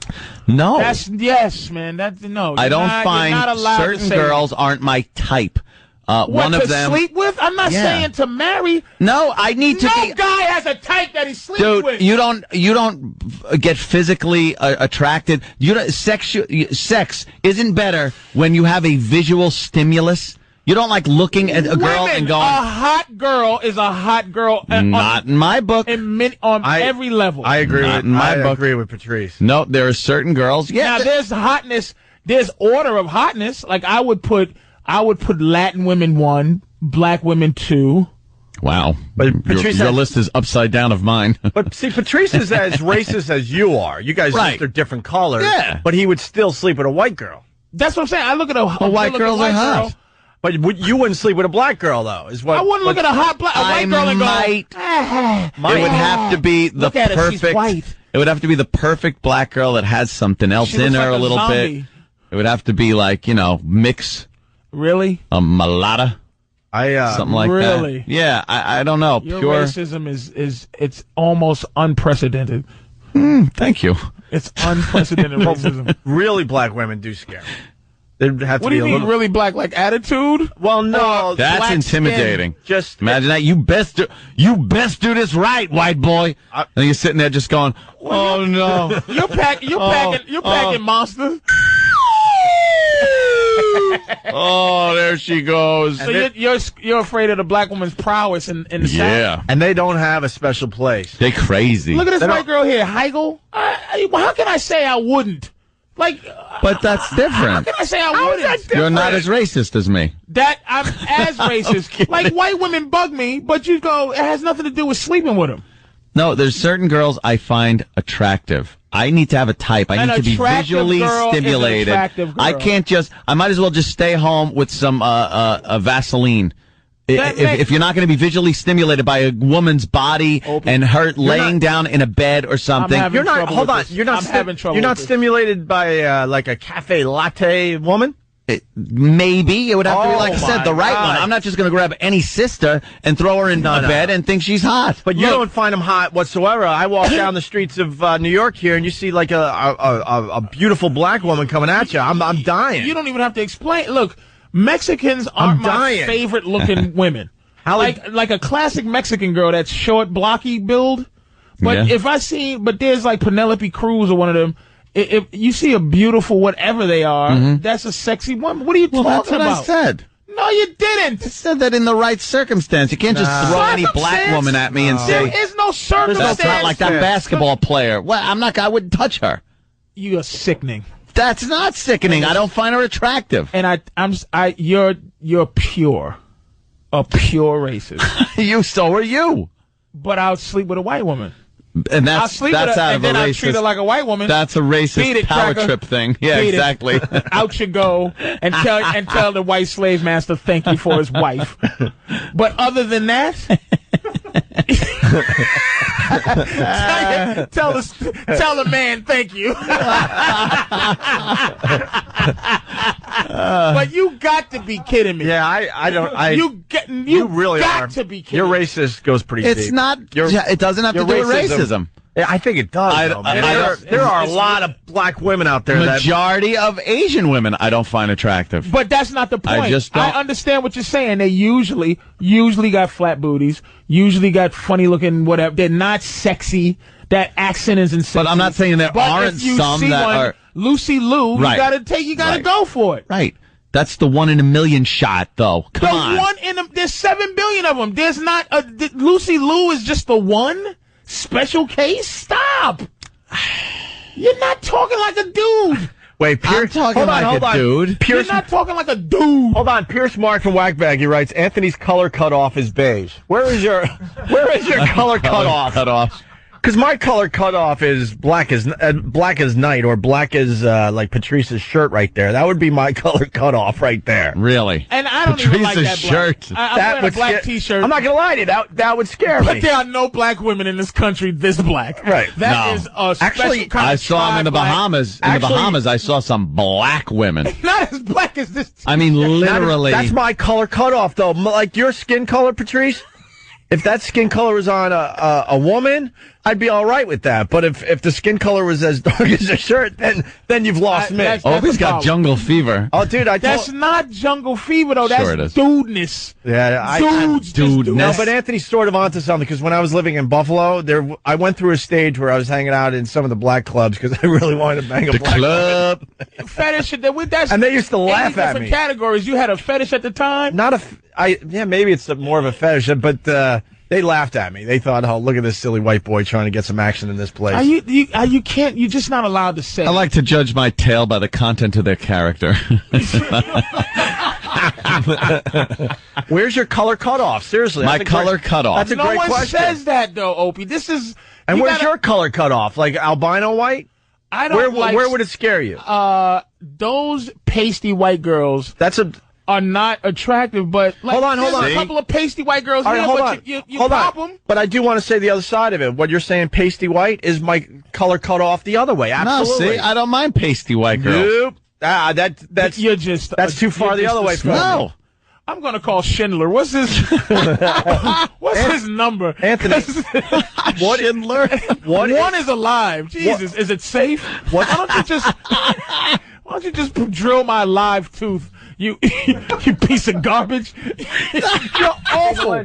No, I am not that far gone. What's your color cutoff though? That's a great question. But like I said, I would, back in the day over at NEW, I'd have thrown Francine a banging. Back in the day, Anthony. So that's my color cutoff. 2008 color cutoff. And like how far? Doing her a favor when it would have been. It's not a favor. Yeah, that's more like a favor crap. Like, let's say you're still single. Where's your color cutoff? Just getting action, not even going out with them. Well, you see, Candace Parker's nearly white. That's easy. That's an easy one. A tan white woman is better than he wants a white woman that tans to the level of a black woman. Would Hallie? Oh yeah. Okay, then let me grab one of them freckle-faced black girls. They're cute, aren't they? No, you don't like freckle-faced. That looks odd. And Halle Berry is. Don't give me the Halle Berry crap. That bitch is so old now, she don't look good anymore. But I'm not even. Stop it. It is the Halle Berry. I'm not saying Halle Berry. Can white people find another hot black chick to talk about besides Halle Berry? I'm talking about her that's color. The innate racism in this country. It's not. She's just that not. Halle is the one that has to be. That's what they got to put her up on the pedestal. How about Naomi Campbell, would you? Naomi Campbell? That's getting a little. Why'd you repeat it? That's getting too. Anthony's racism is starting to bother him because Naomi. I'm like, no, not Naomi Campbell. I've never found her attractive. How about Tyra? Tyra in her day was pretty hot. And if she didn't have to talk, right there. And so you would. Anthony, what I meant by Halle Berry was her color. I'm looking for your color cutoff. Would she have to be lighter than Halle Berry? That's all. Halle Berry isn't all that light. She's a good reference point. She's not. They a lot darker than Halle Berry's a darkie to I'm just saying she's not the antithesis of the light-skinned black woman. Look at how light she is. Look at this. She looks white in these pictures. His reaction is the same as just said Florence from the Jeffersons. You're a disgusting racist. I like Florida Evans. Look, the picture we got of Halle Berry up on the screen. Listen to me. The picture we got up of Halle Berry on the screen, she's walking next to a white dude. She's barely darker than the white dude. Oh, look at that. Barely. Pregnancy. Look at those juicy things right there. Are you not well? I'm fine. There are just women that I don't find attractive based on certain things. On their race. Some races. A hot girl is a hot girl. A hot girl's a hot girl. Find me a hot Eskimo. Find me a hot Eskimo. I guarantee you there's a hot Eskimo. All right. Where? Find a hot Eskimo. Somewhere with her head sticking out of a blowhole. All right, not knowing she's that gorgeous. Blubber. That's the bit. Find me a hot Eskimo. Find a hot Eskimo. Anthony might have got you there. That's gonna be a rough one. But they're one of Anthony, you walk down the streets here in Manhattan. It's a melting pot out there. But you've never turned your head because a black woman walked by and you went, "Wow." No. Sure, I have. All right looking white woman or stunning dark skinned woman. I got to go with the white chick. There you go. Sorry. Who's that? Oh, is that? Who is she? She's the daughter. Stacey Dash, and she's 42. She's delicious. She's the daughter from Lethal Weapon? The daughter from Lethal Weapon, and they all look alike. Yeah, see? No, I'm kidding. Isn't that the one from Fresh Prince of Bel-Air? Yeah, that's Wow. I thought the daughter from Lethal Weapon was hot. She was 4. No! Hey, someone had a great line of instant feedback. Their color cutoff was, I can't give you credit because it's long gone, but they said plum. Plum? Their color cutoff. This is bothering me. He's honest. Dudes just, like... Not dudes. Do you watch black porn at all? No, it disturbs me. Not black on black is fine. Black on black porn is fine. The slavery revenge. I don't like that whole. Yeah, that's a little much. I don't know the word for you. All right, hold on. We got Malik. Malik from Asbury Park. We talk to Malik a lot. Yeah, Malik, what's up? What's up, fellas? What's up, Patrice? What's up? So, man, I feel what you're saying, P. Mm-hmm. I kind of feel what Anthony's saying, too, because I don't think Jill Nicolini are that sweet. I think Angela Bassett better looking than Jill Nicolini. Angela Bassett? Get out of here. Angela Bassett is a sexy woman, man. No. But see, the point is... Angela Bassett is not a sexy woman. Put up Angela Bassett. The point is that you would still... Dudes do this. Mm-hmm. Like me and my friend of mine, Will, we talk about that. He goes, how about this one here? I go, eh. And he goes, would you hit it? And then I go, that's not the point. See, Patrice... That's not the point. You're hitting anything. That's not true. Angela Bassett. Look at Angela Bassett. You know what that would look like? She Angela takes Bassett that top stinks. off. See, you're just two white guys. No, don't put me in his category. I'm in my own category. Doesn't stink. She takes that top off, and they are sinking down to her goddamn belly button. Well, but you wouldn't. You would say no to that? To Angela Bassett? I'm not talking about dating her and loving her. Go back to that picture. She's got the saggy small boob disease. I wouldn't be able to even... Saggy small boob disease. I wouldn't be able to even want to undress her. You're not well. No way. Tracy Bingham. What? Tracy Bingham. Who's that? That's a black girl for you. Who's she? Tracy Bingham. Laura London. Show me. I need pictures. I don't know names. You're not going to convince Anthony because he has to, go to Thanksgiving with his family. At least he admits This is what this is about. Who you kidding? At least he admits heard you on the radio. Didn't we teach you well? At least he What's wrong with you? Where is she? Right here. Again, what about Laura London? Tracy Bingham, you like that? She's from Baywatch. She's a white acceptable black I'm looking woman. at that. Her face is a little weird. As long as she doesn't talk. Another one of those broads. As long as she doesn't talk, because she's got that. I need a full. Give me a full shot there, Iraq. If you got a better shot, little full body, maybe making a different face. There you go. She's buxom. There you go. Why wouldn't She's a buxom broad. Why wouldn't you if you were single? Seriously, Ed. Come on. What I'm saying. What's wrong with you? I didn't say... That's a metrosexual. I wouldn't. No! You're turning this into gayness. He's a metro... I don't want to say you're gay, because you're not gay. They say metrosexual is not a gay thing. You're something... I don't know what's wrong with you. There's nothing wrong with me. You're the type of guy that goes, ew. Like... Only a guy that would go, ew, could possibly go... I don't sleep with certain races. I don't sleep with certain races. Now, who's that? Yeah, but Alicia Keys. Alicia Keys has a weird body. Oh, excuse me? This is but the she's problem very light. we're having. She's got a big butt. She talks like a sister. No black guy says that as an insult. Like, that's where it is. We just really on that. Because I don't like that skinny. I think models are gross. Like, model bodies they sicken me. Yeah. Tall, skinny, white girls. See? I think they look like that's boys. where black guys and white guys definitely are think differently, man. Giselle Bundchen? No, I've been with you. That's crazy. Patrice, you're talking crazy now. I'm not talking crazy. I would put it this way. Has nothing to do with me sleeping with her, but looking at her, I go, I don't go, ooh. I go, ooh, it's Stacey Dash. But Giselle Bundchen, There's hotter models. What name on that you thought was hot? Cindy Crawford, all those white girls that back supposed in the day, to be beautiful. Cindy Crawford, yes. I would, but I don't know their names. There's a Victoria's Secret model right now that's ridiculous. The one with the dark hair and the big stunning blue eyes and stuff. Whatever her name. Yeah, whatever her name is. I don't know her name though. She's way better looking. She's the one they feature all the time in the commercials. Yeah. She's the one like they really focus on a lot more. Yeah, she is ridiculous. White guys, black guys with the ass. Who is this girl you talking about? We're gonna get a picture, but let me make my point. The white guy, black guy looking at the ass thing, they're completely two different. Like for you to say Alicia Keys is too much booty. Her booty is way sacrilegious. Too big. Anywhere above 119th Street, you can't say that. Patrice, I'm not saying I'm right, but you guys definitely think differently when it comes to that stuff. Oh, because I think you like the big booty. That big booty scares a white guy. Of big booties that has nothing to do with the actual.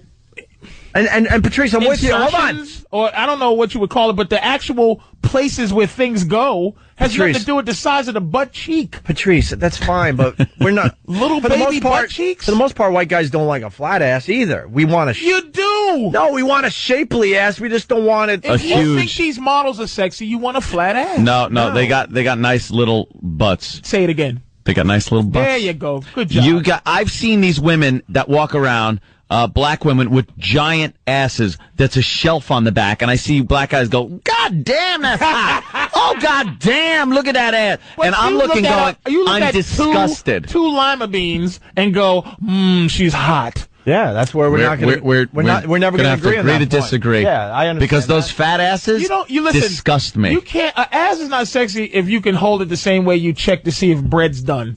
Yeah. If you go, okay, this almost. I don't want an ass that looks like she's been sitting in a gravel driveway and got up and wiped it off.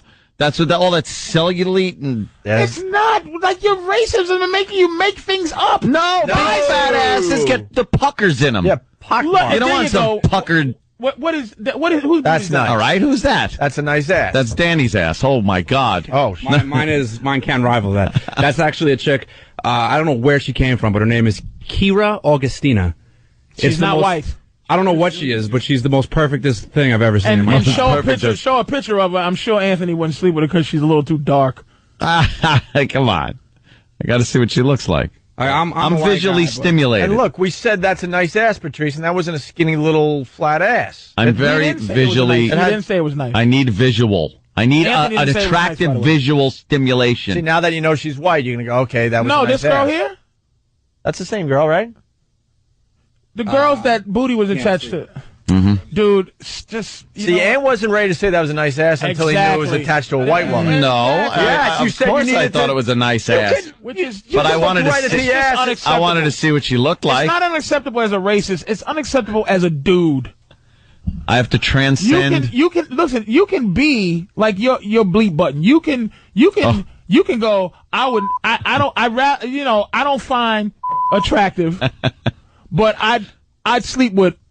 Yeah. Oh, okay. Let's go to Liz in Jersey. That's interesting. Liz, how are you? Hey, what's up? What's up? Hey, Anthony likes women that he can make blush. There you go. That's his color cutoff. That's my color cutoff. If they can't blush, then no way, right? All right, thank you. That's awful. We have to take a break. Well, at least, thank God you're not saying that exactly. You're a reasonable white guy. You're just an unreasonable racist. No. I find certain things attractive and certain things I don't find attractive, and I need to look at something. Racist. It's just you seem to be a guy. You seem to be a guy that could jump on a girl, and you don't need to look at the girl and be visually excited by what you see. That's what Patrice is saying. Beautiful girl is a beautiful girl. Yeah. No, I need my cutoff point of being visually stimulated is different. What I'm saying. Any beautiful girl is a beautiful girl, no matter what race she is. Your window of beauty is a lot bigger than mine is. All right, would you sleep with this girl right here? Who What's is her she? name? She's beautiful. That's that girl is beautiful. That's Megan Good. Nice see-through black top she's got Megan on. Good, Where'd she come from? What do you mean? Where she come? Stomp the Yard. Ethiopia. Stomp the Yard. The chick from Stomp the Yard. No, she's very cute. Would you have sex with her? Be honest. Yeah, I'd throw her a banging. As a favor to her? Like, this is what I'm saying. Don't put conditions on this. Here you go, Niglet. Take some of this Master's sweet something. Are you out of your mind? Today's your lucky day, sweetie. Lucky you, doggy. I did not say that. And then you can clean my house right afterwards. Pleasure for me. I heard you guys like frying chicken. Oh, my God. Don't be in my kitchen frying chicken. Listen to this idiot. You guys are pussies. I'm pretty much on Patrice's side, you ass. Thank you, whoever wrote that, because it doesn't. No, doesn't I'm on sound your right. side. You're there, except for you still got white guy disease, but you're there as a dude. I would even have sex with a girl as black as your T-shirt for the story. He's a dude. See, I'll take your racism, but it's just dude code. You don't say yuck to a race in terms of having sex. I wasn't. I looked at that one girl there. She looks cute. Not convincing. There's something going on in your head, Aunt. No, it's you got some major filters in you. You're scared to admit. Christina Milian. I find certain types of girls more attractive than others. Some I don't find attractive at all. I need to look at something and be visually stimulated by it. Yeah, and some of these black girls will do that. I'm thinking. Some? Okay. All right, I'll give you some. Look at this little delicious thing. What you doing her a big favor? I'll throw her a bone. Hey, I'll throw her some of this this aged salami. They need to play along at home. It's Christina Milian. Okay, we got to take a break. And it's too bad because this break we wanted to talk about the special place because I really found that funny when women special place when women say they're saving their special place for marriage. Yeah, and man, we came to the realization what the F is really special about that. About it. That should be what you give up first. Yeah. No kidding. It's like, no, children may come out of here one day. Let me not let the special places. Special places, that should be the tester. It's the dump. Where they give that up to test you. Yeah. To see what you're all about. I don't need this to be special. Right.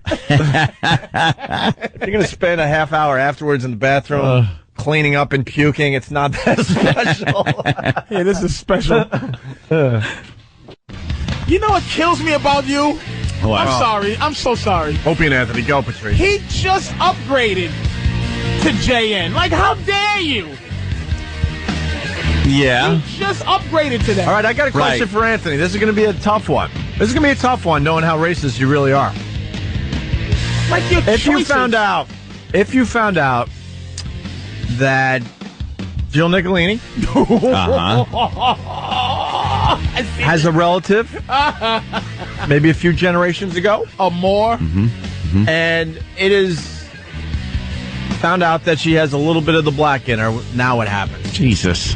I know that's a tough a question. scene from True Romance. What if that? Just of course I wouldn't do. What am I going to do? Family tree, and you go up a few branches to the end of the branch, and there it is. Give me one of those Chesterfields.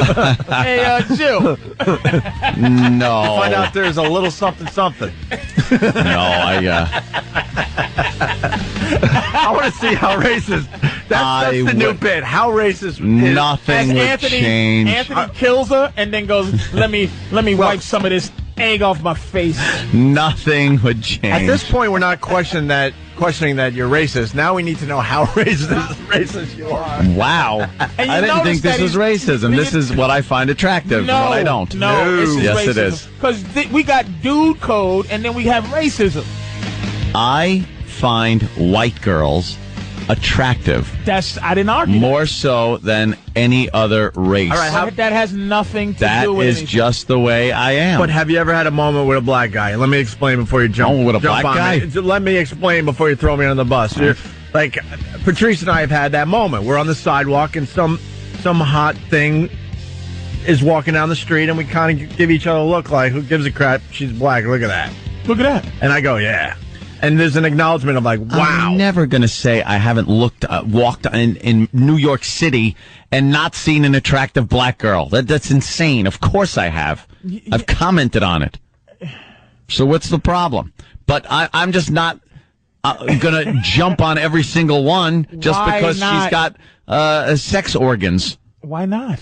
Because I need... Like, look at this long in the tooth Brooke Shields. You still have to. She's Well, you'd have to do that just for the hell of it. But immediately you go Halle Berry old, but Brooke Shields is, All right, listen. I'm not sitting here saying Brooke Shields is gorgeous. Anthony, the Victoria's Secret model, thank you, Meatball from Queens, is Adriana Lima. Yeah, Check let's out see this her. And Anthony, I really fast, give me a moment here.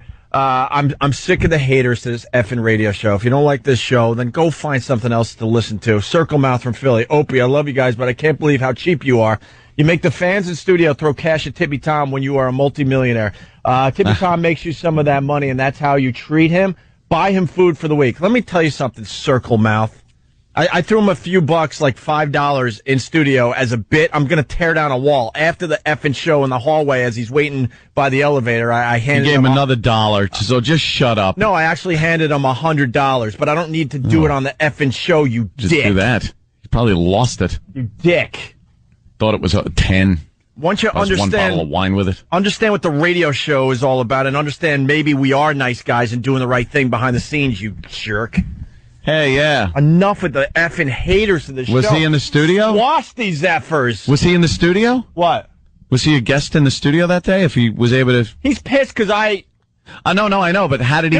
There was close to 100 people checking out Friday's show, and I'm like, this is a great opportunity for Tom to make some money. He's giving us great radio. So I go, guys, if you want to throw money at Tom, by all means, yes. And then after the show, I did what was the right thing. So shut your effing mouth.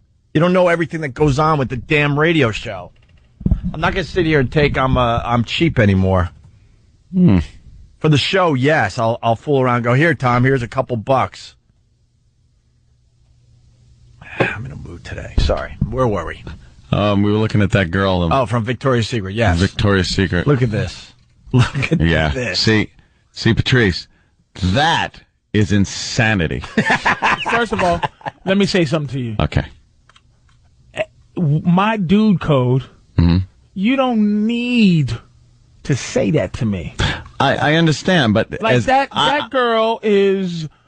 You know, the pressure, like, I would just, if I had sex with her, I would just treat her so deliciously awful, because I know that she would regain consciousness after she lost her mind, that she would even sleep with me. But this girl is on another level of discussion. Like, that's, right. But if there was a Chinese version or a black version of that, you would be going, I don't know. That's the difference.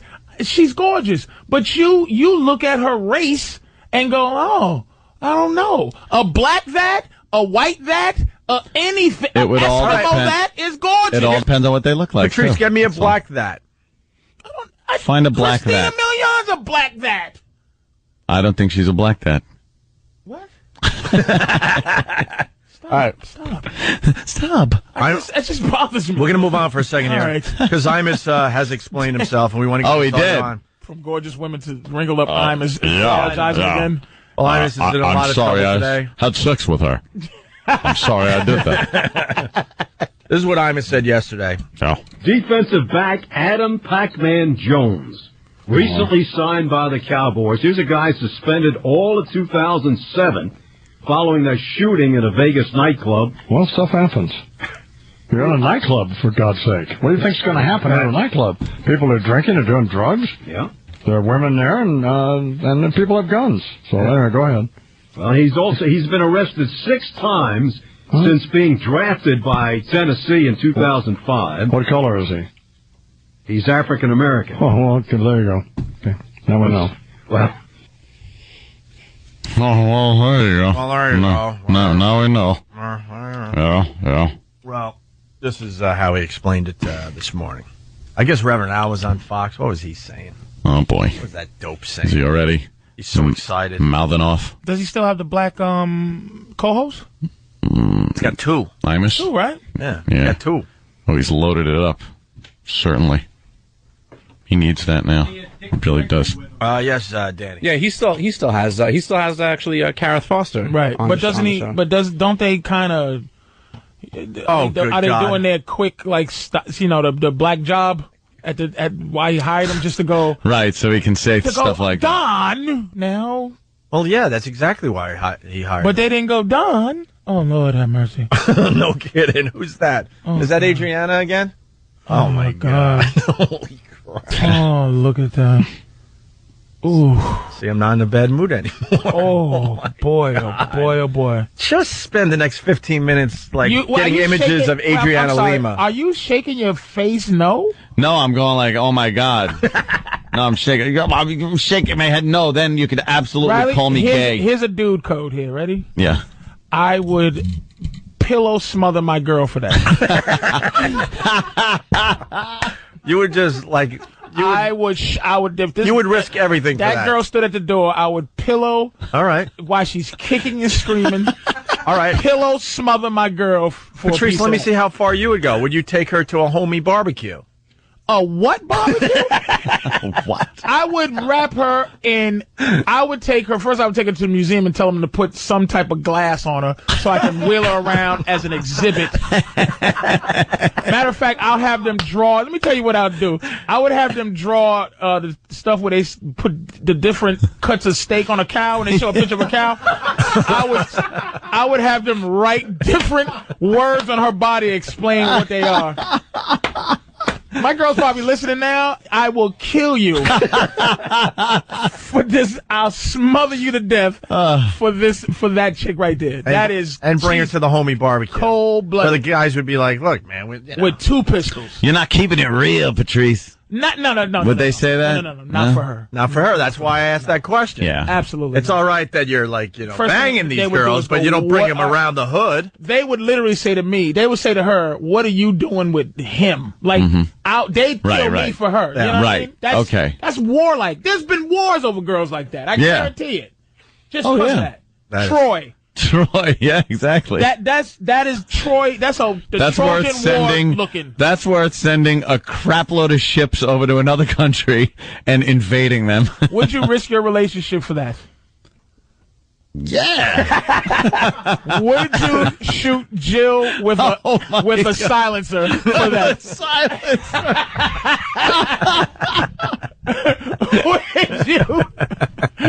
Would you shoot her with a silencer? Oh my God! I love the museum angle. Get a glass. As I roll her in on a trolley. As an exhibit. That girl is ridiculous. Tremendous. All right, listen, so Imus is explaining his faux pas today. Yeah. We'll get back to Adriana Lima. No problem. Yeah, just to randomly pop pictures up of her, I guess. Yeah. The whole show stopped, too. Like, I know. Everybody's like, oh, man. You know what? Yeah. Social commentary. What? That's what it was. It's the show. Unbelievable. All right, Imus explaining his I'm sorry, I did that. His misstep. No. Warren and I were talking yesterday about Pac-Man Jones being arrested 6 times, and which I think was just, was obviously the picking on him. So I asked Warner But see, he didn't make it obvious. Like, obvious that they're picking on him. What's obvious about that? Right? That's what he didn't explain himself yesterday. No. So I asked Warner what color he was. Well, obviously I already knew what color he was. That's what the point was. In order to make a sarcastic point, I asked Warner what color he was. Warner tells me. I said, well, there you go. That's the point. Exactly. Yeah.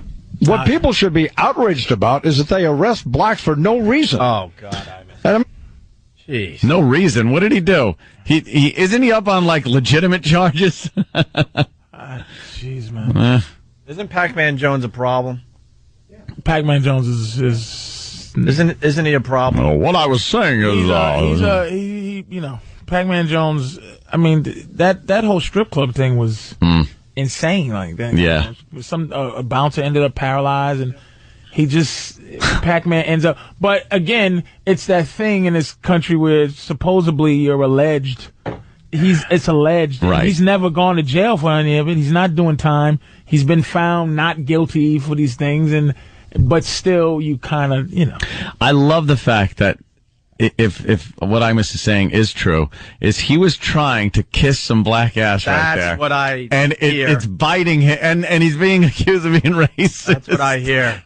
He's trying to, I'm just saying,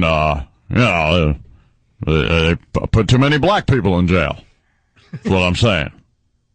I'd let them all out. I'd turn the keys and just, let every black person that's in jail, let them out. That's what I'm trying to say. Why didn't they understand that? Imus, would you bang a black girl? What does she look like? What color is she? I'm in Anthony's camp on this one. Yeah. I'd have sex with a black girl, of course. I'm going to be divorcing my wife and marrying a black girl now. Because it seems that's what I have to do to keep out of trouble. Yeah. Jerk. The rap sheet on Pac-Man. July 13th, 2005, arrested and charged with assault and felony vandalism after a nightclub altercation. This began Pac-Man Jones' NFL rap sheet. He already had a lengthy one from high school and college. September 5th, 2005, Adam was invited to attend the Nashville Sports Council kickoff luncheon. Jones went off on a verbal tirade while being told to wait for his car after the event. He then refused to tip the valet service. What's the big deal about that? Well, refusing to tip is something, that... But that's where those type of things is... If Imus can get out of this, those type of things where it's like, that's ridiculous, that's racial, to even report something like that. Right. Right. It goes on and on. Let's see. I think Imus will skate on this one because he can absolutely defend himself by saying, look, I was saying, it's not like his prior comment, which, you couldn't take it any other way. What? Well, with the people. Crazy? No, with the people that are against Imus. Like, I knew he was telling a joke, and it was all stupid and silly and everything. But this one, even his detractors have to agree, like, okay, he could have meant this. All right, let's move on with the Imus audience. They arrest blacks for no reason. And, I mean, then there's no reason to arrest this kid 6 times. I mean, maybe he did something once, but, I mean, everybody did something once. Well, I have. And but, I mean, that's just... And when does it simply become harassment? I didn't, yes, exactly. They shoot blacks for no reason. He's all flustered, man. Oh, they shoot blacks for no reason. Oh, my God. Imus is trying so hard. Imus is now the voice of the black man. I'm now a black man. I'm officially black. Fight the power. You hate to say this. It's like, even if you after this guy and hate him, you go, he's just groveling. I'm groveling here, people. Can you hear me? Jesus, please don't fire me. That's what. Yo, Patrice, my... Hey, Don, what's up? They're harassing us. I was driving home the other day. I got pulled over by the man, and he said, "Get out of the car." And there was no reason. I wasn't doing anything. It's just because I'm black. It's the only reason I get pulled over and harassed like my black brothers. I mean, what did the kid do? You hear he's talking about him like he's 10 years old and he stole some gum. He's involved in shootings? What's going on? Let's go back to the Imus audio. Yeah. Shoot blacks for no reason. Oh, boy. And we know about that in New York City. I mean, we already understand all this. So, and that in light of, I'm thinking... Oh, my God. Can I translate this? Oh, is he his mouth is drying up. His mouth is drying up. We've been at this a long time. Can I translate? Oh, please. Please just let me keep my job. Look, I just got this job. Could you just leave me alone? I say stupid things. I hear panic in his voice. I hear dry mouth, like Patrice said. But what has he been talking about before this? Let me tell you what a hero Rosa Parks was. Like what? Yeah. Before this, I love that woman. He's been back on the air since November or something. Yeah. Like that? Yeah. What has he been talking about? This is his new problem. What has he been talking about? Muffin? Been talking recipes? About anything but race. Yeah. First time it comes up. Obama, he avoids that. He avoids. It's like, look, I love peanut butter, and if it wasn't for George Washington Carver, we wouldn't have any. He was the master of the peanut. And I just want people to recognize that George Washington Carver was a great man. Well, what about Harriet Tubman, Don? Harriet Tubman ran the Underground Railroad and brought many slaves up to the north where they were then freed with that Frederick Douglass guy with the big beard. Yeah. Big white beard, might I say. But that's before Die. Yeah.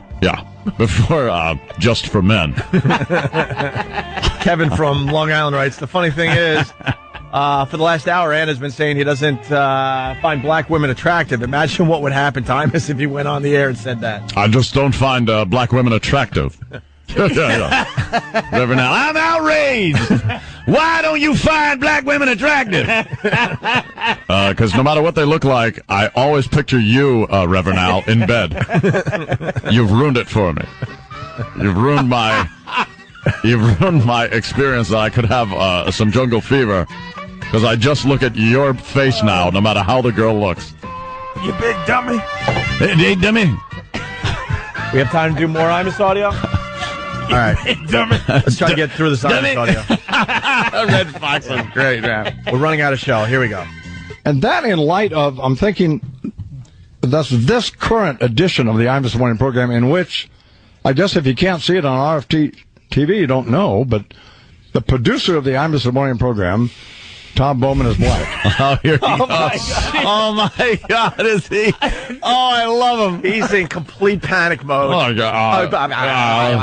The producer, you can't see him. He doesn't even realize this apology just it's right up anybody's alley who wants his life. Like he's just selling it down the river. Yeah. Just stop. This edition of the Imus in the Morning program is run completely by black people. You had a good run. Like, go out like a soldier. You blubbering. I'm sorry, Don. Stop. I'm kind of with you, Patrice. Stop. Exactly. Stop. If this was the street, I'm taking your money every day. Every day I'm going to take your money. Every day. Give me your money. Come here, man. Come here. You got a what? A black one? Come here, man. Give me how much money you got? How much money you got? If I check you and you got more than I find, I'm going to smack you in your face. All right. Here you go. I'll see you tomorrow. Don, how much money you got on you? How much? I got $385. You sure? Because if I check you and you got more, I'm going to punch you in your face. Here's $516. Is that it? Look at me in my eye, Don. Yeah. Is that it? Okay, $832 is yours. All right, look, man. I have it all here in my pocket. My pockets are empty now. Yo, shut up, man. I'm going to see you tomorrow. Okay. I'm going to let you keep your job. I'm sorry I did that. But you owe me. Now, you should rather die. Not even, like, does he understand? Like, it's like, will you stop blubbering? We have to take a break. We're running out of show. Unnecessary amount of apologizing that's going on here. We'll play the rest of the Imus audio after the break. Stay right there. Patrice O'Neill in for Jim Norton today. Norton's going to be back Thursday. He's out there in La La Land. Thursday? Is he really? He's doing the Gong Show with David Tell, one of the judges. Patrice doing a great job today. We're in the middle of playing Imus's apology here on the Opie and Anthony Show. This apology goes on, and it's completely unnecessary. Yeah, we'll pick it up pretty much where we left off, okay? Imus trying to explain why he said what he said yesterday. Stop being a little bitch. Stop. Yeah. I mean, we already understand all this.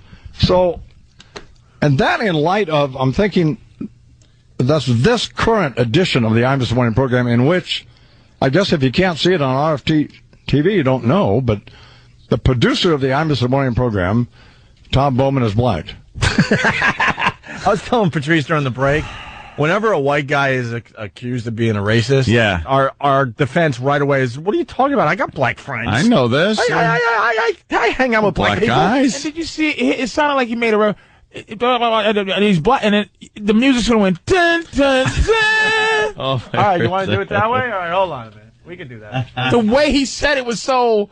All right. We can do that. Give us a second. For the Austin Powers you need? Bam, bam, bam. You got it over there, Ed? In case you didn't know. Hold on. This current edition of the Imus in the Morning program, in which, I guess if you can't see it on RFT TV, you don't know, but the producer of the Imus in the Morning program, Tom Bowman, is black.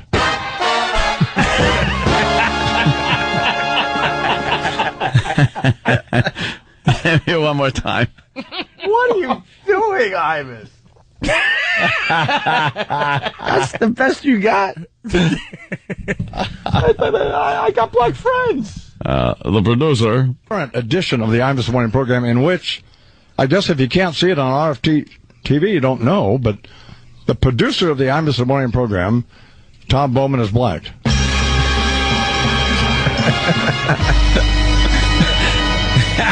And you know, Tom is over in the booth rolling his eyes going, this old gag. I gotta be the fall guy. Yeah, thanks a lot. I wear a Kentucky Fried Chicken apron every day. What's the matter with him? Producer. What's the matter with him? You got one more in you? Sure. Let's try this one. I guess if you can't see it on RFT TV, you don't know, but the producer of the Imus in the Morning program, Tom Bowman, is black.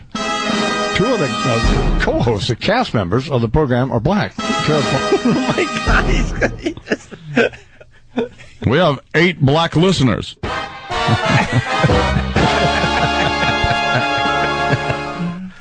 Oh, And I'm wearing black socks today. Jeez. Anyone? It's black. Two of the co-hosts, the cast members of the program, are black. Carol Foster and Tony Powell. What? How? He's stuttering. Don. Man. Oh, because he knows Reverend Al is just rallying the troops. I have a black army with me. Saying what doesn't kill you makes you stronger, but that is a complete farce. He should just go. He should learn from the old thing. Is like, no matter what he does, they're gonna. This is awful. This is awful. Why don't you watch Usual Suspects, Don, and stuff? But Kaiser Sosa killed his whole family so nobody will hold him hostage. Like, why don't you stop? Let's get to the end of this. Let's get to That was a badass. You held my family hostage? Why don't I just kill him? I'll kill him. And then we won't have a deal. Kill yourself. Kill your black co-host and your black producer and stop groveling. Oh, damn. What's the matter with him? Let's get to the end of the clip. Yeah. The cast members of the program are black. Carol Foster and Tony Powell. What? How insane would I have to be? What would I be thinking? What would I mean? Well, why would I sit here and say, "Oh yeah, there you go"? I mean, how does anybody? How do you make that connection? Wow. I mean, I know. There's some people. Wow. My tires are black on my car. I just want to let people know that. That's how George Bush explains Condoleezza and Colin Powell when he's done. I have Condoleezza, one of my highest rated friends, Condoleezza. Great Secretary of State Condoleezza Rice, so I could do whatever I want. Make it an apology. You've never heard Bush, as racist as people think he is and awful. He's never really made an apology. Why would he have He's never said, blah, blah, blah, blah. What is the matter with... I got Mexicans. I got them all. And finally, I must end it with this. I mean, I know there's some people want to get me, but you're not going to get me for this is ridiculous. Uh-oh. You know what it reminded me of, man? It's like Joe McCarthy, the 1950 witch hunt. I mean, they're looking for something, and there's nothing there.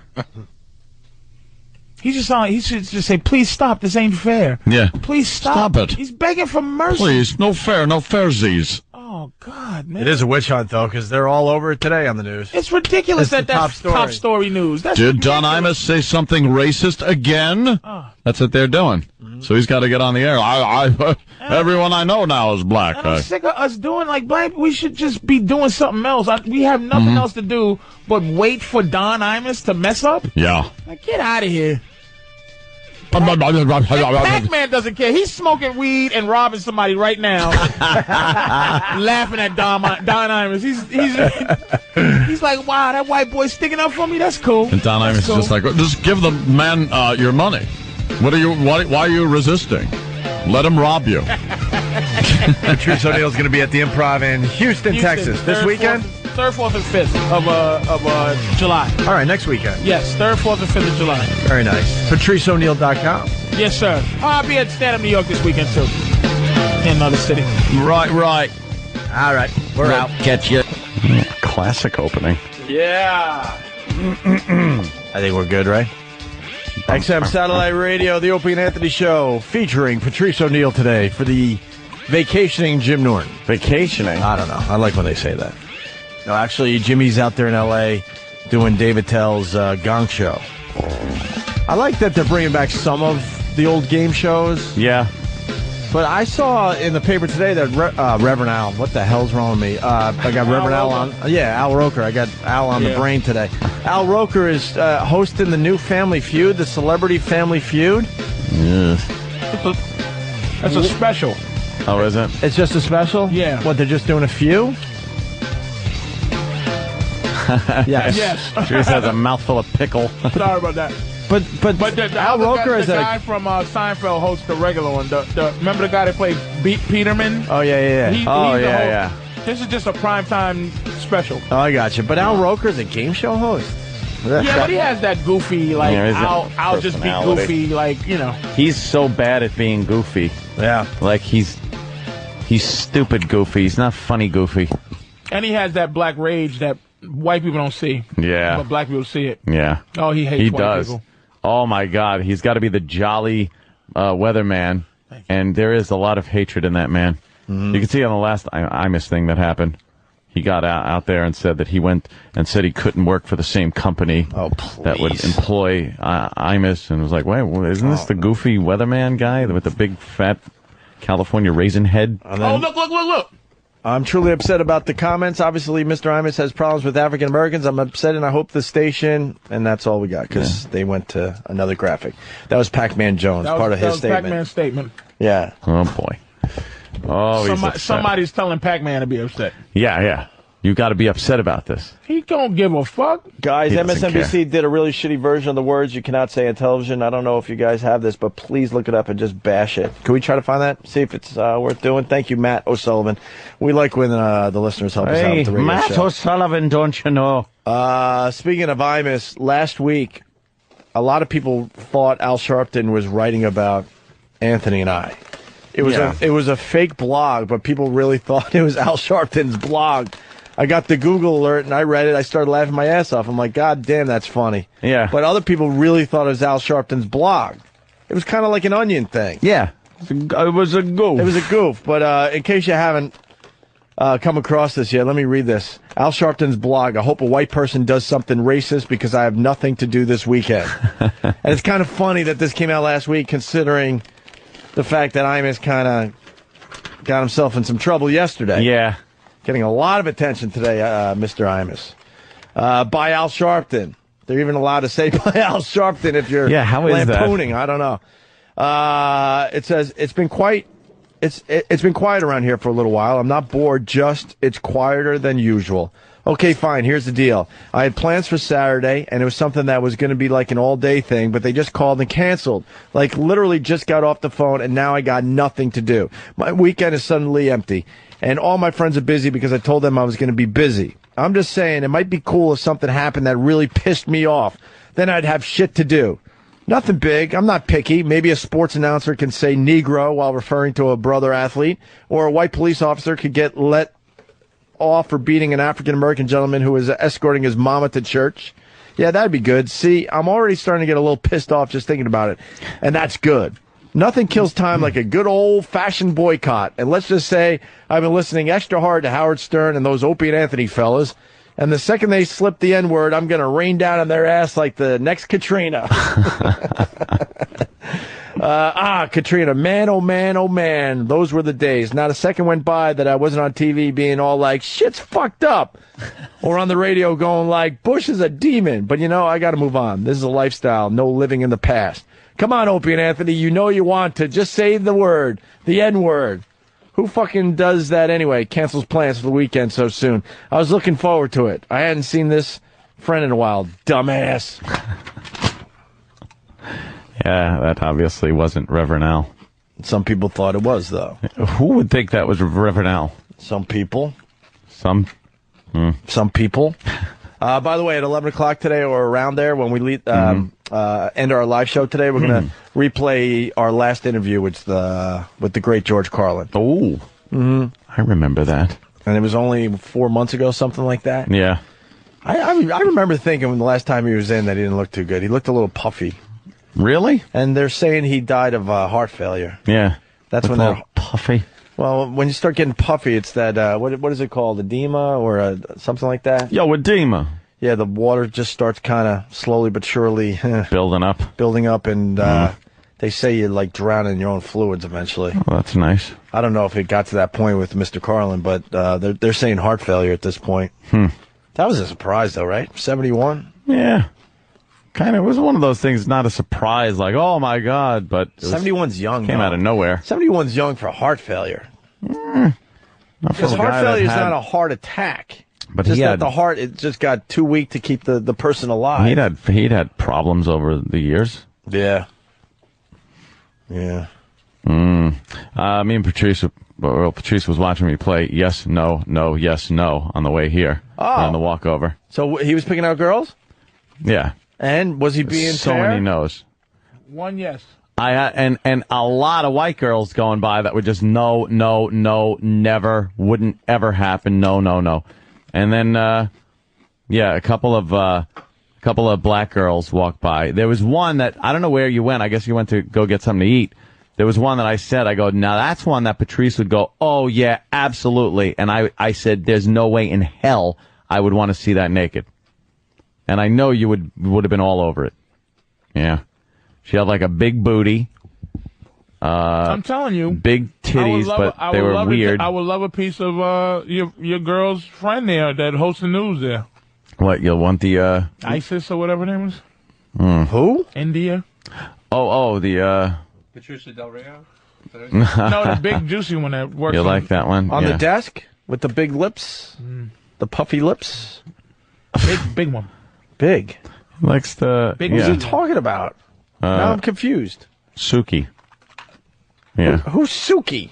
She's the one that comes on at like 8 o'clock. I like to do a threesome with her. When they switch it up. Oh, show me some Suki. I like to do a little threes with her. Oh, I think I know who you're talking about. Me, her, and my girl. She's nice romp.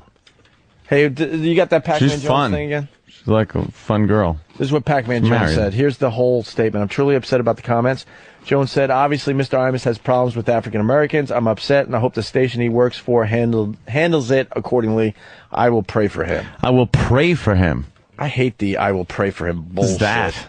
No, you're not praying for him. Patrice is trying to chew. He's got a point to make. You're praying that he gets fired is what you're praying. Yeah. You're not praying for the guy personally. Fuck no. Here's a guy who had his entire career taken from him for a year. Mm-hmm. And he thought unfairly. Yeah. And he would never make a statement like that on his own. Yeah, that's a spokesperson. Somebody pressured him to do that because there's no way. Pac-Man's kind of pressured him. Somebody wrote that for him. That's how that stuff works. And then they throw it at you, and you go, "Yeah, I think I'd say this." Yeah, it's close. Right. Pac-Man Jones would go, "I don't give a fuck what he said." That's what he was saying. Yeah. Then they go, "No, you got to put out a statement that." Yeah. Along with the Rutgers girls who went, fuck him. Yeah, they never heard it. All right, we're going to move on to some other stuff for now. Good question coming in from what's Sam's take on what? What's, with a Z, Sam's take on what, W-U-T, happened to Vince McMahon last night? CC in Cleveland. Oh, my God. Well, we were kind of going to blow this off because it was so hack, but now that you bring it up, we do have to get Sam Roberts in here. Young Sam Roberts. Obviously, huge news, but not on the news. I didn't see this happen on the news. Much like when Vince's limo exploded. Yeah. And he had to bail out of that one because Chris Benoit killed him. Yeah, killed his family, and he had to bail out of that one. But you know, Vince was pissed off. Like, thanks a lot for blowing up angle. my spot. I had a great angle that I've been thinking about for a long time. Well, the latest thing to happen to Vince, obviously, some type of malfunction on stage. Yeah. Or perhaps sabotage. I want to hear from Sam about this. Some stage equipment and part of the set and lighting rigs fell down and fell on Mr. McMahon. Is this what I'm being led to believe, Sam? Well, it was the conclusion of Vince giving away his $1 million because he's been giving away $1 million a week. Yeah, and that sounded really authentic. The guy on the phone that won? Well, he won $500,000, which was the biggest, because he called 5 people before that, and they each won $100,000. Uh-huh. And so this final winner won $500,000. Wow. Sounds very fake. No, are the authorities looking into Vince McMahon? I don't think he's really giving away this money. Yeah. He's been giving it away for the past 3 weeks, $1 million a week. Man, I bet you he found a loophole. We got to get the WWE on the phone and ask him how they could go on the air and give away $1 million without actually giving it away. Actually doing it. Because then, you know what that would do for this radio show if we could pull that one off? Yeah. He's not giving away the money, Sam. How did he get around this? It's his own money. Of course it is. It's a way to thank the fans and to bring the old fans Is back. anyone questioning him? I want to be the one that questions Vince McMahon. I want an Prove accounting. that you actually gave away the $1 million. Eric and me went to the press conference. Yeah. So you did? Yes, the media was alerted, and so it's for real. He's giving away You're the $1 million media? a week. But as of now, I thought I was going to enter to win next week's $1 million, and it's not on the website anymore. The contest is at least suspended because of what happened. Well, what I'm seeing is Vince is. Well, we got the audio. Let's play the audio for everybody. Yeah. You can find the ridiculous video online. Well, ridiculously upsetting video. Yeah. There he goes, falling into the hole in the floor. Well, it's not a hole. Oh, it's the edge of the stage. What is it? I think something in the paneling fell through. Yeah. So there was some sabotage. Could have been some sabotage. Are we led to believe that there was some sabotage? I mean, in the 15-year history of Raw, I have never seen the set fall apart like that. I like how the set fell right at the hinged portion. Yeah. And you could see, if you rewind that, you could see the locks come out and the thing falls down. This big lighting rig falls down exactly where it's supposed to. No, it's not supposed to fall. And he has plenty of room underneath the lighting rig it didn't to hit survive. him. It didn't hit him. The lighting rig did not hit Mr. McMahon whatsoever. It's supposed to light the arena. He had a protected area because that he was able to get into, and then the thing falls down, looking like he might have been crushed. If it's on the ground, it's not safe and it's darker. It has to be lit for TV. That's what the lighting stuff is. And then there you got for. the good guys and the bad guys working together, which is just amazing. You can they got to hear- save Vince McMahon. Yeah. You can hear the panic in the voices in the audio. Yeah. Well, of course you can. Yeah. They're all panicking and helping to try to lift this big heavy thing off of the thing that is keeping it from hitting Vince by about 3 feet. I mean, Triple H and John Cena are going to be wrestling for the title this Sunday, but... Let me tell you something about Triple H. His acting was awful because... What? In real life, Triple H wants Vince McMahon to die because then he becomes a billionaire. No. You understand that's that, right? kind of true. No. He's married to Stephanie McMahon, who would inherit a shitload of money if Pops dies. Look. So why would Triple H be in a panic? Because... Why? I'm sure he loves Vince. He loves him as a father-in-law and all that crap. But, But money's money. I mean... you get past that initial mourning phase and you realize... Holy shit, I'm a billionaire. You own the WWE. Right. We're dealing with human beings here. Yeah, are we? Sam? Really? Yeah. There's a neck brace going on Mr. McMahon. He looks unconscious. The EMTs are there helping him out, and they kind of look like wrestlers dressed like EMTs. Why is that? Well, because they would have to get large EMTs to work these shows because the wrestlers are heavy. Oh, well, that makes sense. If you're going to lift a wrestler, you got to be one of the bigger EMTs. But I don't think an EMT worker should be on steroids. Sam. There's no steroids involved. Like, look at that guy with the big shaved head. Who's that? Yeah. That's an EMT. There's another guy with a ponytail. And Yeah. Aren't these like the old jobbers? What are these guys? No. There's no jobbers there. No. Leaping Lenny Poffo. Yeah. The Brooklyn Brawler, I think I saw holding a stethoscope. I always wondered what Ivan Putski was doing in retirement. I didn't know Vince McMahon still had him on the payroll. Yeah, he's on the payroll now. He's an EMT. Old EMT guy. Those men are not trained EMTs. Why don't we play the audio, because this was just amazing for Sam. Yeah. Can you give me the password? Nice. He's in the middle of giving away the $500,000. All this guy's got to do is give Vince the password. Vince is on the phone with this gentleman. You got to give him the password. Listen to the winner, because wow, it really sounds authentic. Can you give me the password? Night of Champions. Guess what? You just won $500,000. Congratulations. I love you, Vince. You do? That is so fake. What are you talking about? you, Vince. You can't have a fake contest. Shenanigans. I'm calling the authorities. Congratulations. I love you, Vince. You do? I love you back. The state's Now that's falling the first apart. lighting rig that fell. It fell right next to $500,000 is quite a shock. Was it some sparkles? Yeah. Some sparks. Right now? Oh yeah. Stage is falling apart. So pyro's malfunctioning. You have to see a bunch of lighting equipment is falling. Yeah. Listen to that.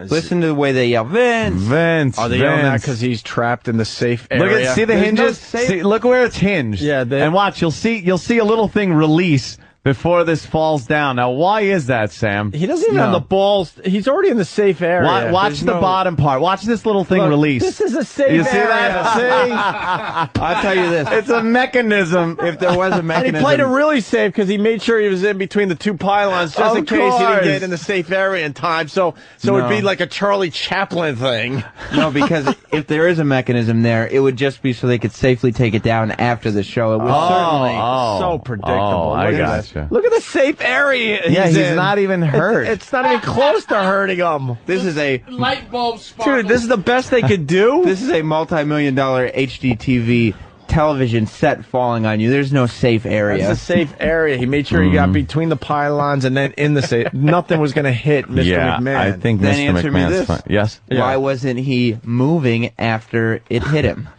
If he was in a safe area. Probably the same reason that he was alive after his limo blew up. It's fake. No. My. And why is this on CNN? I mean, a billionaire almost died on live TV. Like, why isn't it? Look, we got don't all know the what news condition channels he's on. in. Do you know what condition he's in? No, but I'll tell you, I think I know why the news channels aren't covering this. Yeah. There's not a lot of information, but they are doing a press conference that they're going to stream on their website at 1 p.m. today. Why would they have to stream it on their website? Why Sam? wouldn't CNN Why pick wouldn't it we up? just all watch CNN? This is Vince McMahon. He's, a pretty big name. I'm saying after the press conference will probably be when it hits all the news. Oh, you because think? we'll get more information. Or I maybe- want to see the press because I bet they're big, strong guys holding the camera and the big, burly guys holding microphones. All roided out because they could still do steroids because they're not actually in matches anymore. Yeah. There's no steroids involved. I know the guys that are now like wrestling, they're off the roids because everyone's paying attention. But the behind the scenes guys, they're still roiding their asses off. Well, the behind the scenes guys don't work for the press. Yeah, what does the FIC have to say about this whole thing? Are we and what did down that road stand for? again? That the Federal Investigation Committee. Right. And I'll say this: that's who was in charge when Vince's limo blew up. But the first time we saw that, they had said the FBI. And the FBI had put out a statement saying, we are not involved in any investigation with the WWE. Transferred. So, they transferred it over to the FBI. What did Sam say about the fact that Vince came out and said it was all crap? Yeah. Because he explained that, and I forgave him. He said that you forgave him for it. So you admit that was a farce. Because he said he fake killed himself to see if the people still loved him. And I said, oh, that makes sense. Because he thought that the fans... But you did... You said he was fake. That his fake death was fake. Well, yeah, because he said it was. But you did believe it at first. Well, yeah.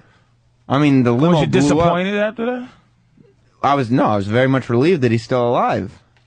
Oh, by the way, let's let Akil, it looks like. Akil? Yeah, man. Somebody please smack Sam.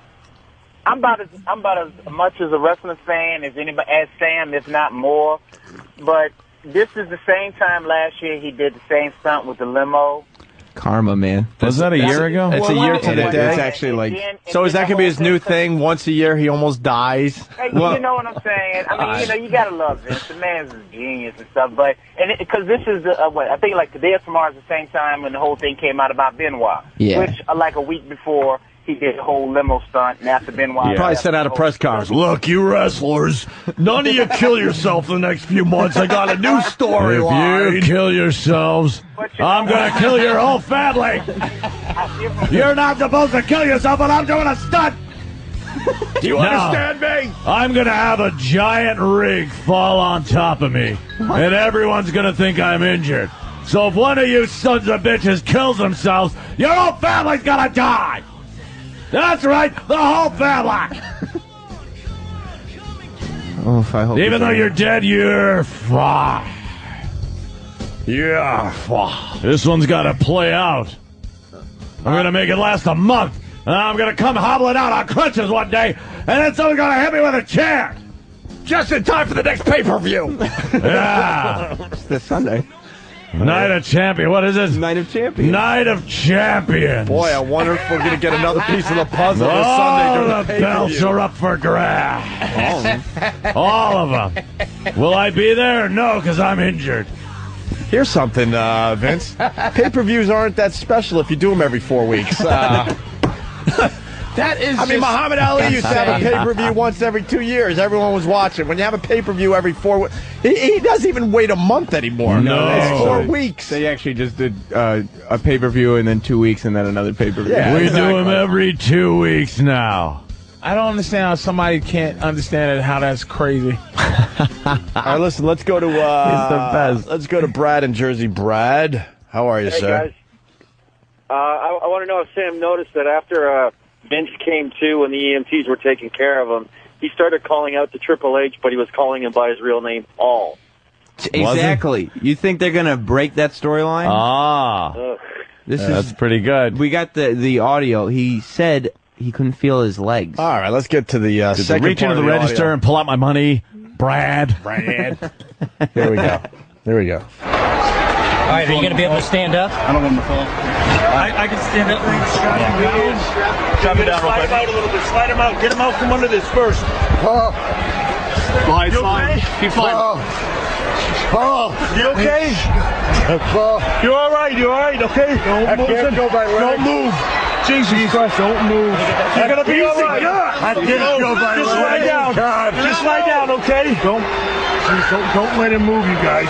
All right, I'll give Vince this much. Yeah. If he ends up in a wheelchair for the next 3 months, I'm watching every fucking week. Oh, that'd be Vince great. McMahon in a wheelchair. Where Could be he's some of the wheeling around. They have to put a ramp up to the ring, and then of course during a pay-per-view, all of a sudden he'll miraculously be able to stand up. he'll walk, put on that Vince face, Right. and his legs will be shaking. Maybe after serious physical therapy, hopefully. Yeah. Oh, hopefully. Well, yeah, we can only hope there, Sam. Fucking Sam. Right.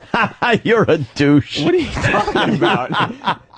I mean, I'm assuming they're still in the hospital in San Antonio right now. Get Triple H on the phone right now. Yeah. Call your WWE people and get him on. We want to know the condition. I want to talk to Paul. I want to know the condition of Vince McMahon. I would assume that Triple H is probably with his father-in-law in the hospital, and they probably Bedside don't have... vigil? Exactly, and they don't let cell phones in the hospital. Well, you know, Al Sharpton. Oh, boy. New developments. Pop that up. He brought up race, and this is something that is given who it is talking, that is very disturbing to groups like National Action Network, our group, and others that have been monitoring him and others since the remarks he made last year. His statements this morning clarifying looking whiter and whiter was every in no day. way what he Looks like a white clarified man yesterday. So we're looking into this. We'll be talking later today. Sharpton helped lead the charge to get Imus fired last year. Imus's current employers say they don't expect any action will need to be taken.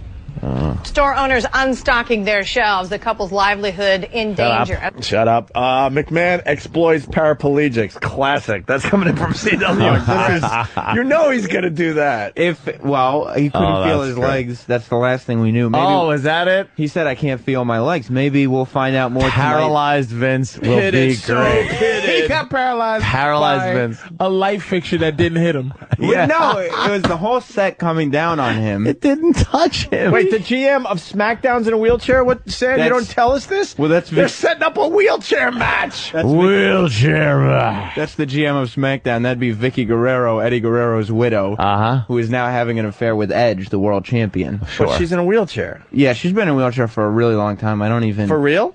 No. I don't even really remember why she's there. Oh, look, Sam's not even going to play on that No, one. he ain't. He's not trying to sell that one. She got Gorilla Press Slammed a couple weeks ago. So. Oh, by the way, yeah, Sam, the tough questions are now coming in for you. Okay. Dave in Tennessee. Yes, Dave. Hey, good morning, guys. Good morning.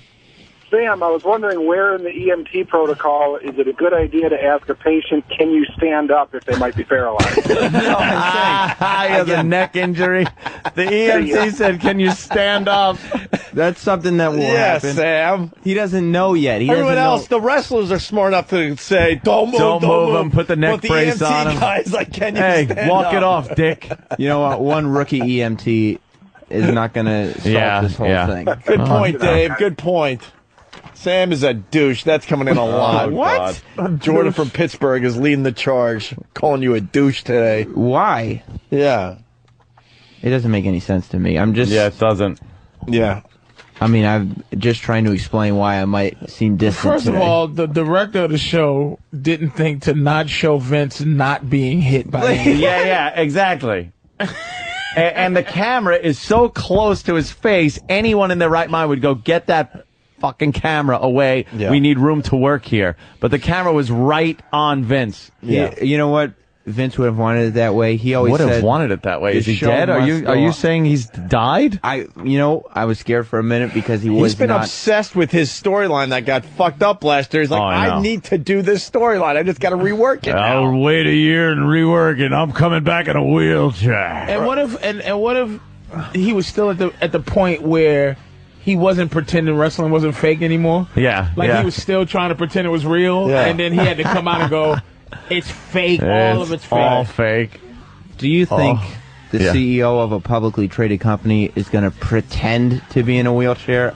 Well, how mean, did this isn't- affect the stock also? Because when a CEO like that gets injured to that extent, where we don't even know if he's alive or dead, how's that affecting the stock today? I've been so concerned with the humanity of it that I haven't checked the business end yet. Okay. I He is an apologize for unlucky that. motherfucker as all those explosions are happening Yeah. around him. Yeah, how funny would it And be? as he fell in the hole, and then he gets up and goes, holy shit, there's more light bulb explosions. But how funny would was it there electric, was it an overload? Like, Yeah, I what don't- happened? What happened? How funny would it have been if he got paralyzed for real, like doing a fake fucking story angle? Oh, Would not have no been one would funny. believe Like, him. He didn't step aside, the thing hits him in the head. That would have been awful. Yeah. It's the first thing people think when. Oh, so you're admitting it's fake? No, I'm saying if that had happened, it would have been awful. But this whole But it's thing, awful because he's really injured, Sam. Exactly. What are you trying to say? Exactly. That's why That's what it's happens awful. every time a wrestler really dies. Everyone thinks it's a work. Yeah. So you don't buy it at first Which is why they don't fake these things anymore. anymore. Well, when is the press conference? Well, the press conference is today at 1, and then we'll probably... All right, so we'll have CNN on at 1 o'clock. Okay. I'll give the word to Ron and Fez, and then Okay. they'll broadcast the I'm press conference sure live. they're big wrestling fans. I'm sure they'll want to CNN, see that on MSNBC, Fox News, they're going to be all over all this of one. them. Yeah. I'm sure all the major networks. will Because carry now there might be a murderer out there. This Oh is my God, attempted you're right. murder. So, Yeah. I mean, CNN's got to be all over this. Mm-hmm. Who would have done it, though? Anybody dislike Vince? Well, you know, I'm thinking, with him giving away $1 million a week, Yeah. a lot of wrestlers could have been quite bitter that maybe that money wasn't going into their paychecks. They didn't understand why he's just giving away $1 million. Oh, by the way, Tim H. from Columbus writes, the WWE stock is also fake. It looks like Monopoly money. Well, what is that supposed to mean? Well, you know, you get excited that your stock's going up, but Yeah, in the but end, it's you not get real. Monopoly money. It's not real. This is a legitimate company, okay? Right. All right, trying to get Triple H on the phone for you, Sam. Well, it would be great to hear from him. We would absolutely love to hear from somebody. Well, Iraq's The been in upper communications echelon. with them. What are they saying, Iraq? Go on the air. Iraq? From WWE Public Relations, the wounds are fresh. The family is rallying around the chairman. We're not sure if we can get a hold of Triple H, but we are trying. Wow, rallying around the chairman. It's not exactly the time to do press. You know what I mean? Oh, well, of course. Like, this press conference was already scheduled well in advance. Yeah, he has new paralysis. You know, you can't just get interviewed right after 24 hours after paralysis. God forbid. It's like swimming an hour after you eat. It's like you need time to get your paralysis right. Can't they just put the phone by his face so we could talk to him for a couple of seconds? Come on, can we be a little humane about this? No. There's I no mean, statement? Where's the statement? Yeah, there what the- hasn't not been a statement yet because That's we don't the first know. official word we've heard right there. It's on our show. Yes. From them is that the family is rallying around the chairman. The The WWE wounds are fresh. is good to us. They will always give us the scoop. Why is Vicky Guerrero a GM? Because they got to get her a job somehow. All right, well, we're going to be... God damn, We're going to be Sam. recording the press conference. We'll have more Oh, tomorrow. please. You got it. I want to hear these bad questions that Oh, these bad, absolutely. fake fucking reporters ask. I think you're real. Mr. McMahon's family. What caused the light explosion? Yeah, what caused that? Well, there's so much technology involved now in putting these shows on that it could have been anything, and that's also what I want to know. Could it be sabotage, though? That's And what I'm where- saying. And why? And who boom mic'd the the explosion of the, like, who boom mic that? Yeah, it was really loud. How it goes kabloom. I almost saw the words kabloo. Kabloomy. Kabloomy. Kabloomy. That's the thing. These new. Well, they get the local high school to do the special effects for this thing? There's no special effects. That's why. No, they weren't special at all. Rich S. from Kansas City writes, Vince was paralyzed when his spine was hit with a severe case of the douche chills. It froze solid, but will thaw out in time for the next WrestleMania. So that's good news. Well, I hope that he's okay. He was curled up on the floor in a completely comfortable space. Yeah. Where nothing was there. It was after he had been hit. He didn't even play it already. off where he stood up until the thing came down and then ducked. That's the problem. The angle, we don't know. The angle was perfect. We don't know If he was standing and let the thing almost hit him and then fell, that would have looked good. I know, but he was laying down. And who doesn't run for their life as things are just blowing up and exploding? Right. He just stood there looking at lighting fixtures. Why didn't the arena empty? And the wrestlers that came to his rescue after it fell on him, quote unquote.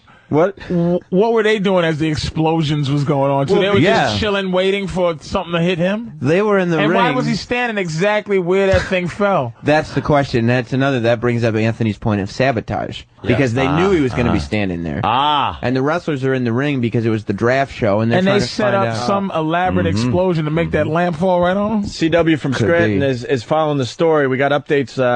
Breaking news: McMahon's gurney in hospital, accidentally pushed downstairs. Still not dead. What? And then more breaking news: McMahon chokes on hospital food. Still not dead. Okay, I think so. CW's on the case here. Thank you. So you know how you get hired to be right on these is like you take these existing scenarios, you take an existing thing and you just finish it. Like you write it to its conclusion, like what is going to happen at the end of this whole thing. Yeah. By the way, Sam, who thinks wrestling is real, Patrice used to write for the WWF. Well, I know. He called the WWF. He used to be on Vince McMahon's plane writing out storylines. Yeah, I mean, you got to send them in a direction, but I'm assuming they had some kind of cool, nice thing written to end this big money, and then all of a sudden the set crashed down and ruined everyone's plans. And now somebody has to rewrite exactly the paralysis because now they got to figure out where the paralysis paralyzed Vince. I can only hope that paralyzed Vince uses one of those old wheelchairs and a blanket on his legs. I'm sure. Like I wanted to use one of those old wooden ones. Like the dead mother from Psycho? Yeah. One of those real old wheelchairs. A crickety. And like a checkered blanket on his legs. Yeah. I certainly hope it doesn't come to that. All right, listen, we got to take a break. Certainly. Enough with your nonsense, Sam. Get the hell out of here. Sam is an ass. From us. It's good radio, but it's nonsense. Go. Sam's a complete buffoon.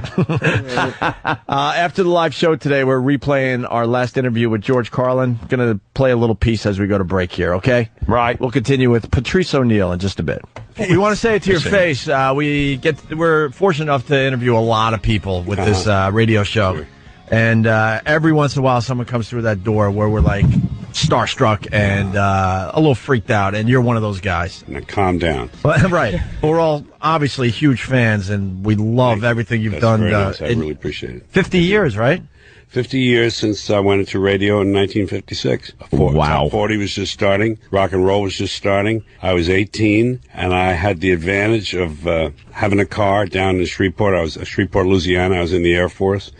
And I could go out at night and tell the chick, hey, you want to hear a song tomorrow? I'll dedicate it to you. What do you want? You know, it was magic, man.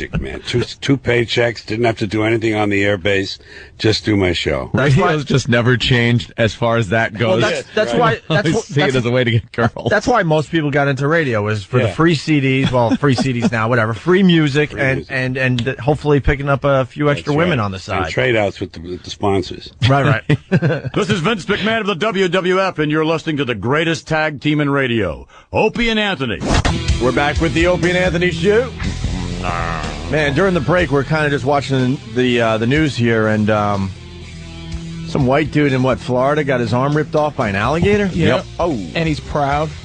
Yeah, he was smiling because he was being interviewed by the media, I guess. He's in the hospital. Y'all really love that shit, boy, when bad things happen to you. Oh. It's a badge of honor. I lost my eye.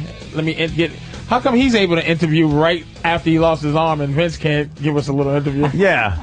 After a little fucking electrical thing falls on him. I'm pretty sure my arm will never get bitten off by an alligator. Yeah. I'm almost 99% sure that it's just not going to happen. What are white You're people not going to doing? be in that position where an alligator. I hate, you know what, the old hack, you know, white people do this, black people, but it just, black people, you don't hear of that shit. Mm-hmm. You just don't hear about, and then you don't see him walking around the hospital with pictures in the news where he's like, he's like, has a smile on his face like, hey, I'm just happy to be here. Yeah. You're an armless asshole. Patrice, here's the question for you. Black guy in the hospital, lost his arm to an alligator. How would that sound? That would not be good. You wouldn't be laughing. You wouldn't, if you said it, okay, black guy walked through the hospital, lost his arm. You go, diabetes. First. Gunshot wound. with a hollow point that tore through it, and so they had to take it off or shotgun. Mm-hmm. Not in pit bull. Yeah, Pitbull could have ripped it off. Maybe. No, come on. Mm-hmm. Pit bull tore it off. But not or a pet tiger that he illegally pet tiger. he illegally smuggled in from Timbuktu. Like Tony Montana. I want the tigers. But not an animal. And a lot of people, like, you know, piranhas. Black people love piranhas. Yeah. Piranhas they don't do what they do in B movies. Piranhas do not skin you alive in 30 seconds. And just see a skeleton like of a horse. Just like you put a cow in there, and then all of a sudden there's just a head and the bones of a cow. It doesn't exist. Fucking piranha. When I was gonna buy fish, I went piranha because I want to see him eat a meatloaf. Those fucking fish are the most boring nobodies in the history of fish. Like, no personality. They'll sit there. You can put your hand in. You can touch them. They do nothing. They're not like the movie Piranha. It wasn't even movies that did it. I think it was when we were kids, cartoons always portrayed piranhas as like, you know, you'd see one cartoon character would take piranhas and put them in the bathtub. Yeah. And the other one would go in and get all chewed up. And piranhas are nobodies. But, like, I don't understand how you get your arm bitten off by a fucking alligator. You're where the alligator lives and where you don't live and aren't supposed to live. I bet there's a lot of black guys, though, with arms and legs missing down there in fucking Alabama. And from what, alligators? Yeah. Down there living in the fucking backwoods swamp motherfuckers. There are no, like, black... There's diabetes. We lose feet and toes, but there's no accidental arm losses. Maybe in some shitty factory with a white boss. It's always the white guys. Hey, listen, I need you to go fix the industrial-sized blender we have over there. It's a human-sized blender. Now, I'm going to turn this button. It's going to be on, and it's going to be plugged in. Yeah, it's the fast way to clean it. I just need you to get in there. It takes 2 hours to clean when it's off. Here's what we're going to do. We can clean it when it's on in 15 minutes. You're going to sit on the blade with a mop. And I'm going to turn it on. And you're just going to spin and just it's going to go really quickly. Don't worry about it. Yes, boss. Anything you say.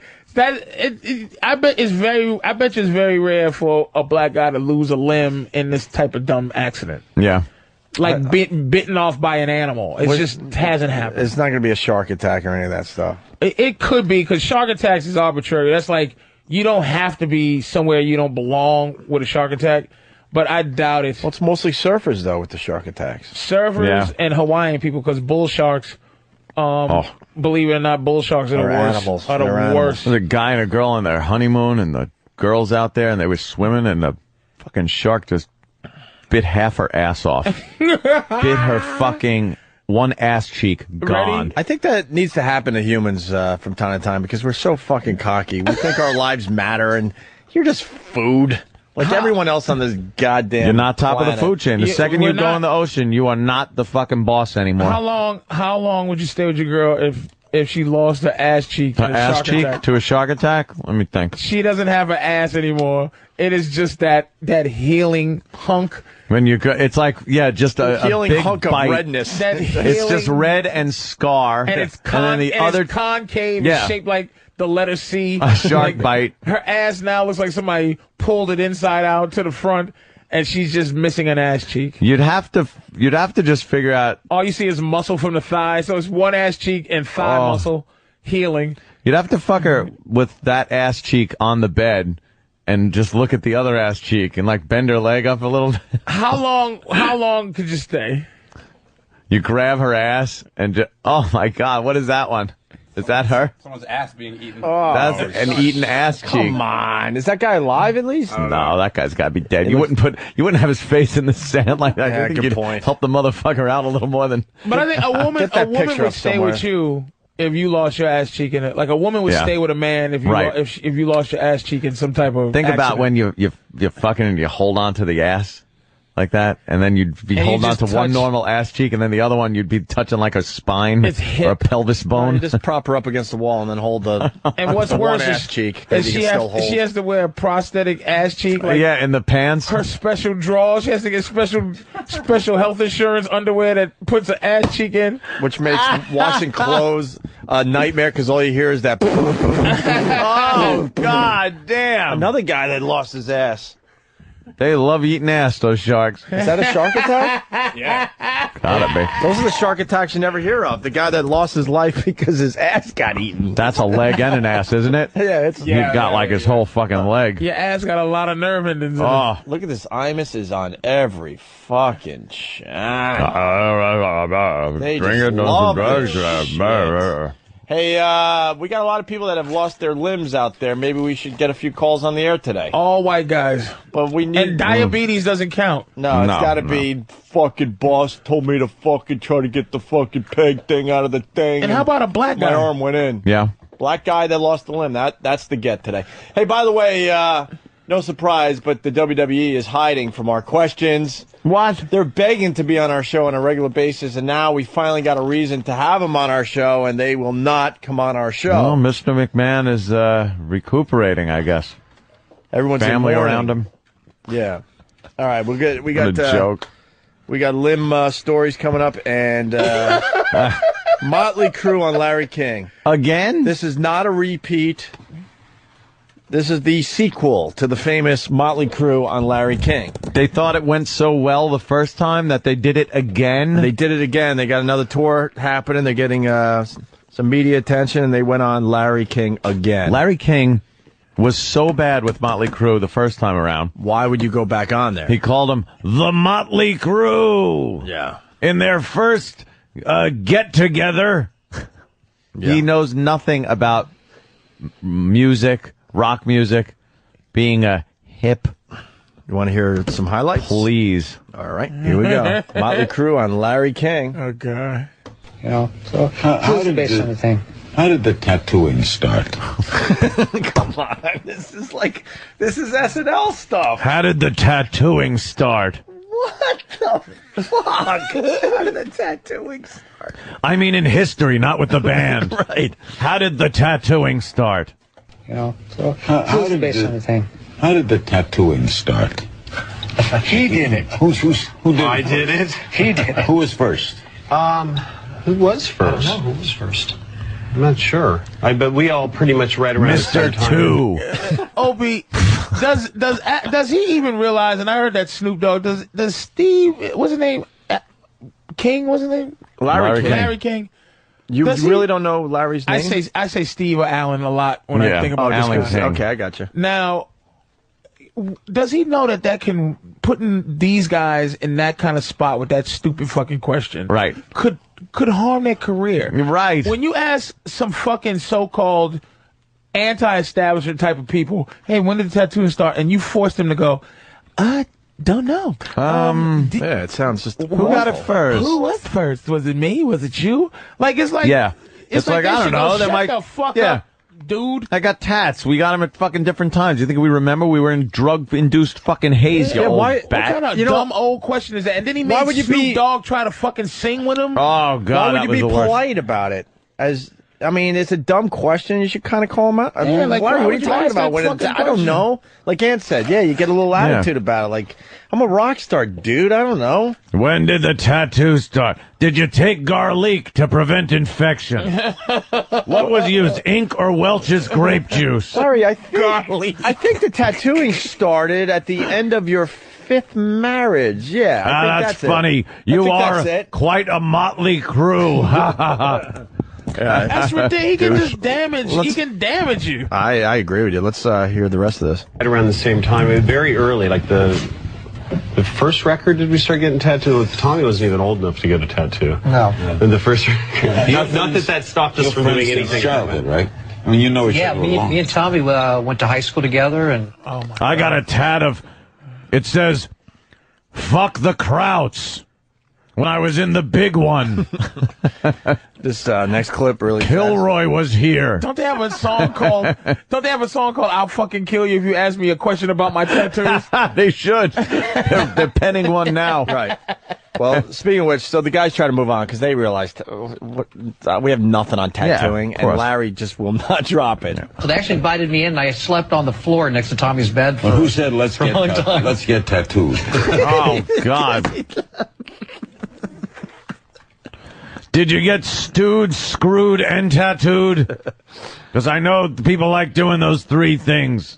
Floor next to Tommy's bed for, Who said let's for a long time. let's get tattooed? I can't remember how that started, but we were always like into tattoos and into anything that was rebellious. And I think in the beginning, you know, for me personally, tattoos were like, what's going on? Not my first one. My first one was that rose right there. That's right. Why is he on TV? Why is he still on TV? He's not relevant. I got a tattoo of a dollar bill on my cock. And when I get a heart, I jerk off so I can watch my money grow. Get it? How important is the ink when it comes to a tattoo? Does it matter? We got our first one. See, Ryan in Florida. Ryan? Hey, what's going on, fellas? You don't have a... Yeah. I actually lost a foot in a gator attack. I was fishing with one of my friends, and came out of nowhere, dude, grabbed me by the foot, took me under. Luckily, we carried guns because, you know, it's known to happen every now and then, and my friend shot it a couple times, and he let me loose. But they don't actually eat you alive. They take you under and try to drown you and then eat you later after you're dead. Yeah, because they kind of strangle you. Don't they use that tail and everything to just kind of strangle No, they just take you down underwater and drown you. Right, but they hold you, like, with their tail. And not their tail, their teeth. They don't need anything They but don't need their anything else, you don't teeth. think? They go on that death roll thing where they... That's what I mean. They grab you and spin you around and just rip you to pieces. Why did the guy hang up? I want to hear about... Yeah, what happened after he bit him, and how did he get to the hospital? Oh, yeah. How clean must... That's got to be the dirtiest, most jagged fucking injury you can have is some alligator tooth bite. You know that's not like a nice, clean fucking meat slicer cut. Tearing, yeah. Yeah. We got our first one. We'll get more. That must hurt. Yeah. You think? Back to Motley Crue on Larry King. Tattoos. Larry asks, if their tunes are hummable. What? This is unbelievable. What? This is a joke, right? I think Motley Crue's more of a joke for just, like, going with it. I'd be like, shut up. Yeah, what? Hummable. These are dumb questions. Are your tunes hummable? Oh, yeah. Can people leave a concert and sing a Motley Crue song? That's kind of one of the things that we always God. pride ourselves on, you know. You got to have those melodies that, you know, you leave the concert going, you know, singing girls, girls, girls, or Dr. Feel Good, or Don't Go Away Mad, or even with the new stuff, you know. It's always been something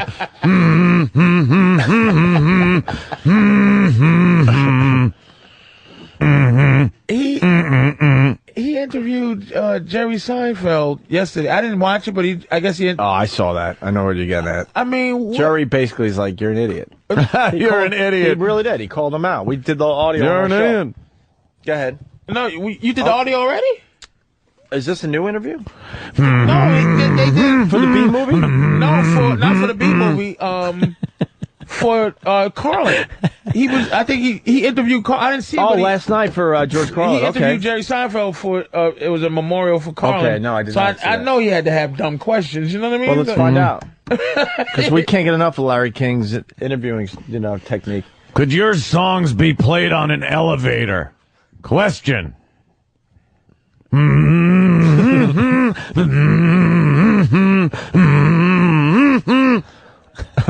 It's hard to hum, Dr. Feelgood.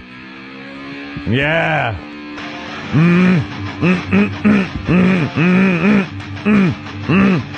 These songs are unhummable.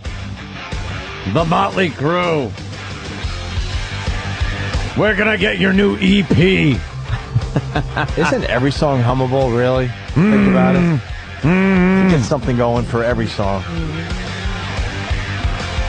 All right. Does Dr. Feelgood take Medicaid?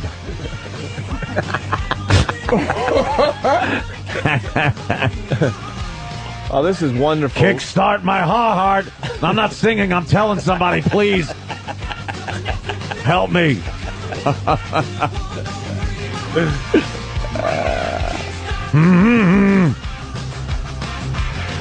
Who's top of the food chain when it comes to fucking groupies? Now, that would have been a good question.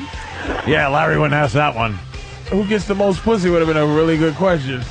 Yeah. How long does it take for the tattoo to heal? Tommy Lee, your cock is huge. Not a question, just a comment. Can you write Mississippi on your cock? Mike in Hudson Valley's got an alligator fact. We're doing two things here. Go ahead, Mike. Listen to this. What's up, little boy? Hey, man. Hey, Mikey.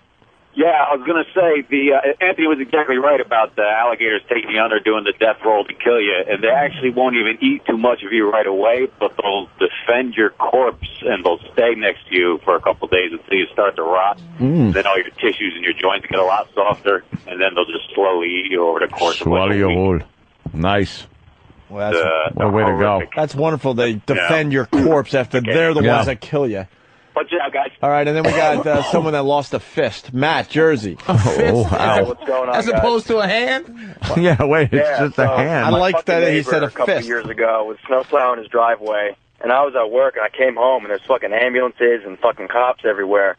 And I look, and I guess it got fucking stuck with snow, and he stuck his fist in there to try to get it, like, undone or whatever. Ooh. And that thing tore his fucking wrist right off. Oh. God. And I was like, you are such a fucking idiot. Oh, that's what he wants to hear. You knew this kid. I know, right? You dumb motherfucker, you lost your hand. Boy, you stupid. Dummy. Right, that's not what he wants to hear. Turn the fucking thing off. Thank you, sir. Let's go.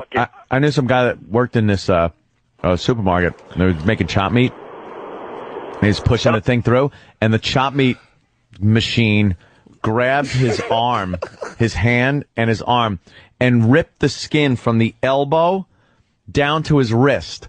Like there was just the bone. It's all you're just there with everything folded down like a cuff. Like you just kind of rolled up your sleeve. But what's your imaginary, like, something that you go, oh man, this is horrible? Like your imaginary losing of limb. Mine, I got two, which is the escalator getting caught, your pants getting caught. Oh, right, caught in the part of the escalator that when you're up there. Yeah, and it goes back into the machinery. For some reason, I have something long on, and I'm shredding paper. I do a lot of shredding. Yeah, I shred. And it just, something happens with the shredder. Sometimes I clean the shredder out and I don't unplug it. Oh, and that's just like, stupid. Something. You gotta unplug it. I think about losing a finger in a shredder. I had this. A paper shredder. It wasn't something like losing a limb or anything, but it was something horrible that I used to think about when I was in wood shop. It was running a board through the table saw. Oh, yeah. And slipping and just bam, hitting your chin on the fucking blade as it's spinning. Because you know why? It wouldn't go ramp. It would make like a bang, like you were punched. Yeah. But it would leave a fucking like cut all the way through your teeth. But falling like chin first as you're sliding the wood through on a table saw. Scared the shit out of me. Alligator guy called back because we need the rest of the story. So alligator guy. So now you come back out of the water and you realize that the alligator took your foot. Oh, yeah. Yeah, well, what happened is, it took me under. The guy shot it a couple times, and it was actually so bad, it didn't bite the foot completely off, but there was, like, bones sticking out and everything. My friend passed out. He couldn't even handle it. They took me to the doctor. They tried to save it, but it was just so bad they had to amputate it. So I was just going to fill you in with the rest of the story, fellas. I'll probably just look like a big blob of shit on the end of your fucking So why can't leg. they put just like a little bit of like the alcohol or the just kind of peroxide, right? Yeah. And then wrap it up and see what happens. Wrap it up. Like I'll take a mauled foot over no foot. Or just they should have like metal molds of feet and hands, so when it's all fucked up, you just slap a mold on there and let it heal, and then take the mold off, and you just have like fingers. And I saw a guy walking down Columbus Avenue with the fake leg. They got the fake leg figured out. Well, they got the good one. It's ugly though. It's a bouncy spatula. Spatula foot. No, that's if you want to be an athlete. Yeah, but people use that bouncy spatula foot. That's the attachment. That's the attachment if you want to be an athlete. No, that's like the good one. Definitely that's the foot. It's the good one, but you gotta look silly. But they got the knee figured out and everything, where it bends where it's supposed to bend and everything. I saw this guy walking down Columbus Avenue. If you didn't know any better, you wouldn't see that. He was in shorts? He was in shorts. It's ballsy. He barely had a limp, and the knee was. Yeah, it is selfish. The knee was moving how it was supposed to move. Yeah, they got figured out. It's like an adjustment. Did he have spatula? That's very funny, man. Spatula foot. Hey, Ortos. Old Rudderfoot. Hey, Rudderfoot. Hey, old Rudderfoot. Now we go back over here to Motley Crue and Larry King. Motley Crue. Girls, or Dr. Feelgood, or Don't Go Away Mad, or even with the new stuff, it's always been something that we, always so make sure it's not just sounds and... It's not just, Not just sounds? What an idiot. Did he just say not just sounds? What an idiot. So it's not just sounds, it's music? What do you make? Jeez, this guy's a fucking tool. You would think he would get, somebody to give him a few Motley Crue songs. Very catchy songs, if you listen to the hits especially. Oh, I love the rock and roll. God, what an idiot. He doesn't know He doesn't even anything do the about basics him. for his interview. Yeah. All right, then he continues. Good. Good old Larry. Come on. Maybe he doesn't come. Fix it. You said that this set, our set, which has been around for a long time, is a lot like your set on tour? Yeah, I mean, I don't want to give away too much what our set looks like, but exactly it says CNN. Yeah, exactly. Yeah. How important to the rock band is that? There's the famous. How important? We learned a while ago that he always asked how important is the blank to the blank. And he actually asked a snowboarder one day, was it? No, it was the skateboarder, right? Remember the video of the skateboarder, Patrice? He fell like 50 feet. He was on a half pipe, one of those ridiculously huge half pipes. He was trying to move, and he ended up falling to earth like 30 or 40 feet. Yeah, Larry King was talking to him. And he actually asked him, how important is the skateboard? In fucking skateboarding. Skateboarding? Yeah. How important is the skateboard? Pretty fucking important, dummy. How important is your microphone? How important to the rock band is that? For us, what happened is that we kind of created a monster back in the early 80s when we first started Frankenstein. out. Started lighting ourselves on fire and trying to beat ourselves every single tour. And then, now we've kind of gone, now what do we have to do to top our last tour? Unbelievable. So what are you going to do? This is pathetic. It's really it's a detriment to their career. It is. To hear these agree with you, guys talking like this. I agree with you. You shouldn't be going with this. You should be kind of mocking them. Are you serious? Are you serious? What do you think? Do you know any of our songs, you asshole? We have a King Cam question about a famous, or maybe should I say notorious aspect of past Motley Crue shows. Watch. Hey, Lewis, this is Steve Mason. Do you think that same-sex marriages will be accepted nationwide now that they've been accepted in California? That's a good question. It should be. Oh, I'm sorry, that was wrong. That was for Lewis Black. Wrong question, wrong time. Oh, God, is he a complete disaster? How important is the real clip? This is in college radio. He's on CNN, God, man. he just re-signed with him? He did, right? Well, that's good for us. We can't get enough of him and his dumb technique. Let's see. Girl lost arm in shop class. Friend lost finger in warehouse. Uncle lost arm in Saw accident. Which one do you want to go to? Saw. Yeah? The girl. Let's go to Steve in the Pocono. Steve? When did your crew become motley? Dog shit sniffer. Steve, let's go. Hey, buddy. Uncle lost arm. Steve, Poconos. All right. Bye-bye. Let's go to Wade in Toronto. Wade? Hey, My dear Wade. Good, buddy. Back about 16 years old and sitting in shop class. There's a girl planing wood that's an inch and a half thick. And me and the teacher are over in one corner, she's kind of in another, and all of a sudden you hear this wicked shrill, and you know something's wrong, and her arm is stuck in the planer, up almost to the elbow. Oh, the planer. Yeah, you know. Wow. You know, yeah, it just ripped the top of her arm off?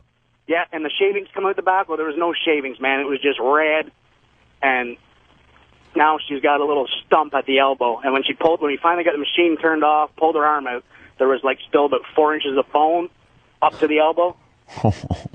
It was gross. And the shop teacher quit. He retired. He couldn't take it. I don't blame him. They took a lot of chances in high school with that shop. Yeah, what crap. the fuck are they thinking? They really did. Hey, let's just have whirling blades and throw children at it. Here you go, kids. Grab this shit and put it into the whirling blades. You know, kids that have a problem listening to anything. You trust them with this equipment. You can't trust them with a pen. Right. Like they're throwing pens at each other and shit. They don't have shop class anymore? Oh, no, I'm sure they do.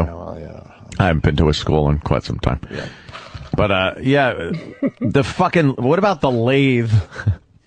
That could be one of the most dangerous fucking things. And you went in there. These are machines that, like, professional people should be using. And you go in there, and some dumbass is trying to teach you how to use it. Mm-hmm. He doesn't even know. And that lathe thing used to scare me because you get that kickback on the blade if you didn't hold it tight enough. You'd have to hold that fucker down. I hated the lathe. I always thought it was going to flip the back of the tool up and smash me. I never used that equipment, obviously. Oh. I have nothing to add here. Horrible. Bandsaw. Yeah. You never push into the blade. You're always supposed to keep your hands on either side of the blade. And when you're cutting a circular thing, you got to keep moving your hands. Sure. I didn't do that once and just kept going around, and it went through the wood really fast, and my thumb just went, bop, touched the blade. I almost fainted right there. I was like, oh my God, the first thing you do is grab whatever's injured and then take the slow look at it. Yeah. You got to go, all right, that's a good one. How bad was it? It was pretty bad. Stitches? It cut right through my thumb. No, because it was on the tip of my thumb, so I just kind of wrapped it in tape. All right, we're going to take another break. Hated those things. Ugh, machines. After the live show today, we're going to replay our last interview with George Carlin. Going to go to break with another piece. This is pertinent. Censorship. Discussed with people in general. George Carlin from our show a few months back. People think they have a right to not have their feelings hurt. I know. They actually think that's a given right that the forefathers wrote in that said, your feelings, they can't be hurt. Right. And that is, you could say whatever you want as far as hurting someone's feelings. That's that left-wing paternalism. Big white. Oh, yeah. Big white daddy knows best.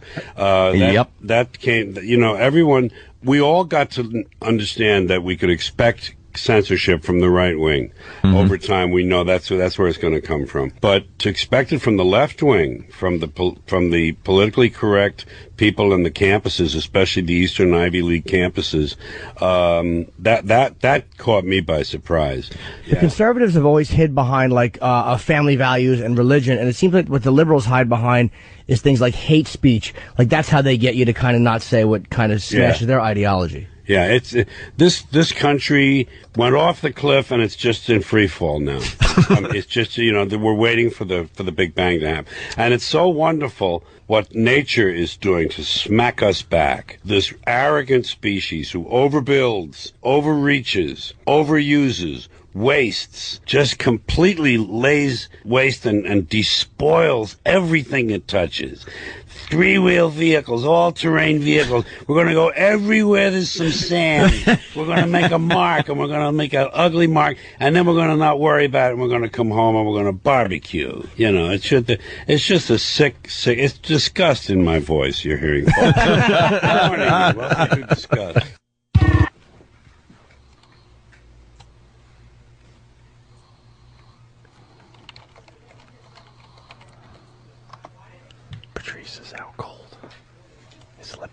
he's talking in his sleep. What's he saying?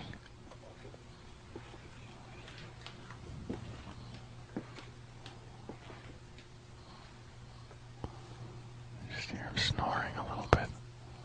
He's getting ready to really start snoring, I'm thinking. Yeah. Oh, yeah. What kind of shithead falls asleep on the radio? Oh, yeah.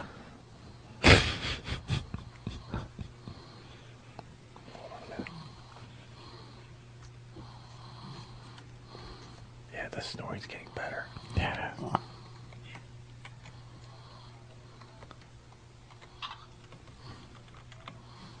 It's documented. You're right, it is getting louder. Yeah. If we wait another minute, I think it's going to be all out snoring. Yeah. Because he's on his back. It's perfect. Yes. Okay. Told you. Okay. He's out cold. That's getting good.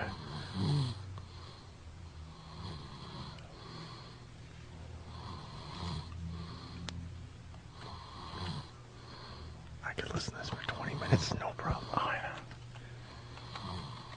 know. We could do like line of the day and just like leave him here. Or we could yell something really racist. See how he reacts. No. That's crazy. What? That's crazy.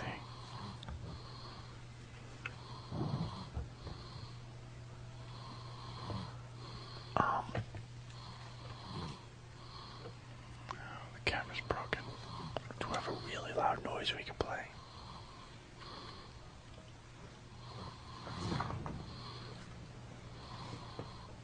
What are you doing? Why does he have to be in here now? I don't know. No, don't worry about it.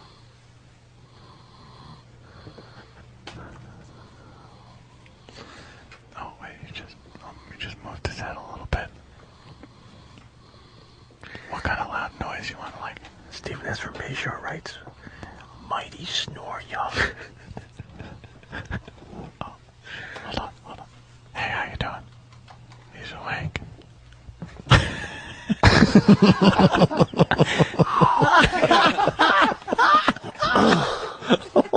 Holy shit. I was in deep REM, man. I'm sorry about that. That's hysterical. You just put the mic up to you and you're... What woke you up, man? You heard us talking? I'm always aware of white meetings. How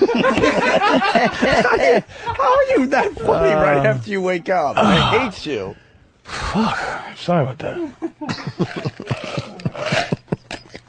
I think I was dreaming too, man. You're dreaming. Wow, man, my fault, dude. What were you dreaming? I don't even know. I'm professional. God damn it. I'm sorry about that. I've done it. You're not the first, Patrice. Yeah. The show bores Jimmy the hell does out of it. everybody. Someone suggested play a loud police siren. That should wake them up. Oh, wow. You all right? Yeah, sorry about that. You slept right through the break and everything. I walked past you twice. Sorry. I was snoring? Oh, yeah. Oh, no. Oh, yeah, it was a good one. Well, start off just heavy breathing, and then you got Up goes. I have a feeling this is going to turn into some heavy snoring, and then you started a little more. Almost on cue. Like a fat snorer. Jesus. Well, you're on your back, too. It's perfect. I did that once, and they fucking put the mic on me, put the Pal Talk camera on me, and left the fucking studio. And they just left me there with some fucking like lullaby music gently playing in the background. Are you serious? And I woke up just like, Anthony, oh my God, the show's over. Where the fuck am I? I had no idea where I was. Somebody could help us out, but I think Ann was out for easily a half hour. Oh yeah, With nobody. Just knocked out. I was Just fucking him breathing tired. and snoring for a half hour is all you heard on this channel. Then he woke up. Jesus, that quick fucking sleep revitalized me just now. I was just like, oh shit. You ready to roll? Yeah, let's do it. We got to do it we got to take shifts. Yeah. Just fucking 3 minutes each. That's 4 a.m. God damn it. Tell me about it. It sucks. All right, we could do one more thing, and we're going to get out of here on time today because we're going to replay our George Carlin interview right around 11 or so. Yes. We got George Takei and his partner talking about their marriage. Yes, I'd like to hear that. We got a teen diving out of the speeding car to escape a sex offender. We never got that story on the air. Dove out on her face. We got a kid fighting with his mom on Dr. Phil, which is really funny. Oh, I like that. This is like cleanup stuff over here. And then we got the Oprah audience going absolutely insane because she was giving away all sorts of shit. Her spring, Oprah's favorite things for spring things she does every year. You want to go George Takei? I like George Takei. All right, let's go with George Or is it George Takei? I like to say Takei. George the Gay. That's what I like to call myself, George the Gay, with my new husband. I'm a sloppy party bottom. That's me. Yes. Here we go. Gentlemen, good morning and congratulations. Thank you very much, and good morning. Good morning. Good morning. It sounds just like Anthony when Anthony does George the Guy. Please set phaser to ass sex. Thank you. I swear to God, I thought that was you. Good morning. Yes. I can almost do it. I love boners. I love big boners. Beam a double dong dildo into our ass, please. George the Gay. Oh, shit. Gentlemen, good morning and congratulations. Thank you very much, and good morning. Good morning. So when is the big day, George? Well, tomorrow's the big day when we get our license at long last. And no wedding date yet, George? Oh, we have a date, but it's going to be in September, and we want. No, it's funny because he's the name in the relationship. Yeah. All questions to him, but they have no idea that he's probably like the bottom in this Yeah, whole he's thing. the bottom. The other guy's the man, and he's like, you're taking the spotlight. Right. Yes. Yet, George? Oh, we have a date, but it's going to be in September, and we wanted to give ourselves some months to go through For our asses to heal. Planning for It it. takes a lot of work to plan for a wedding, Julie. Tell me about it, okay? Tell me about She doesn't want to acknowledge the fact that this is two men. Right. Oh, I understand. You got to get the dress and the thing. Oh, that's right. Right. I'm going to wear a lovely dress that green woman wore in the episode where Kirk fucks the green woman. She's dressed in sort of a Jolly Green Giant clothes thing I really took a liking to. Ask him if he ever licked Scotty's asshole. Yes. It's a little gamey. I like when my boyfriend fucks my ass like the turbo lift. Now, did Leonard Nimoy have any reaction when you finger popped him? or did he? Was he ear fucked me. Was it no? Was it no reaction? Just like a Vulcan. He's just like a Vulcan. What he would do is do that live long and prosper thing with his fingers, but one was in my stink and the other one was jiggling my balls. Wonderful. He sounds like George Takei. Sounds like Steve. George Takei. Here's another clip. Yes. So, Brad, I understand you are the one who proposed to George. Tell me when you did it and how. Oh, God. Yes. He got down on 2 knees. That's a good one, goddammit. Son of a bitch. And He got down on both knees. Both knees. And I gave him the cock ring. I couldn't say no. Didn't have to use my hands. I couldn't say no, and he couldn't say anything. I said, "Will you?" And it popped right in my mouth. you did it. Well, actually, George was watching TV, and the news flash came on, and I dropped to my knees, and I said, George, will you marry me? And George said, Darn it, you beat me to it. No, you did, you wacky gay guy. I was going to ask you if I wasn't so preoccupied and had a cock in my mouth. My boyfriend's ass needs to be shaved. It looks like a tribble. George Takei. Yeah. You beat me to it. You beat me to it. You were going to do the same to Brad. Yeah.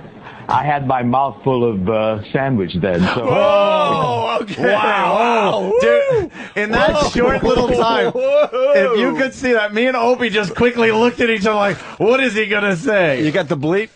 Yeah. Oh, where's the bleep? Hold on. We need to. Hold on. Let's make this a little different than it's supposed to be. Let's all try to talk like George Takei. A mouthful of. Okay. Let's hear what it says. And George said, Darn it, you beat me to it. You were gonna do the same to Brad. Yeah. I had my mouth full of. Oh, what's wrong with you? Your timing sucks today. I forgot if you went To Brad. Yeah. I had my mouth full of sandwich. No, your timing was off. Damn it. See what happens when you take a day off. You get a little rusty. Do the same to Brad. Yeah. I had my mouth full of. Oh, forget it. We stink. Yes. You were gonna do the same to Brad. Yeah. I had my mouth full of. All right, I know what we'll do. I don't know. Now we need to do this right. Okay, here it is. I'm going to hit the beep right in the middle of his. I'll nod when I'm pushing pause. Okay. Watch how good this works now. You were gonna do the same to Brad. Yeah. I had my mouth full of. All right, success. 3 times. It's all in the timing. Yes. Yeah. I had my mouth full of sandwich then, so I couldn't quite do it then. Cock sandwich. Mouthful of sandwich. Mouthful of sandwich and pubic hair. Ass hairs. Yes. Wonderful. George Takei is the funniest sissy on planet Earth. George Takei. George Takei. Yes. Well, here's the next one. Now, the two of you have been in a committed relationship with each other for 21 years. Why is it important now to call it marriage? Well, because it is a marriage. You know, they can find other names for it, but... homosexuality. Well, yeah. Fagula. Cocksucker. Oh, Jesus. Plenty of names. They can find other names for it, but separate but equal, it just doesn't cut it. Yeah, I don't want to be domestically partnered to George Takei. I want to be married to George Takei. And beginning today in California, I can legally marry George Takei. I'm the happiest guy in California today because I get to marry George. Well, I'm the second happiest then. I think there's happier men in California. Yeah. I'm the second happiest, which means I am the bottom. Ouch. He's happy because he's coming. I'm the second happiest because my asshole is tearing. Oh, Jesus.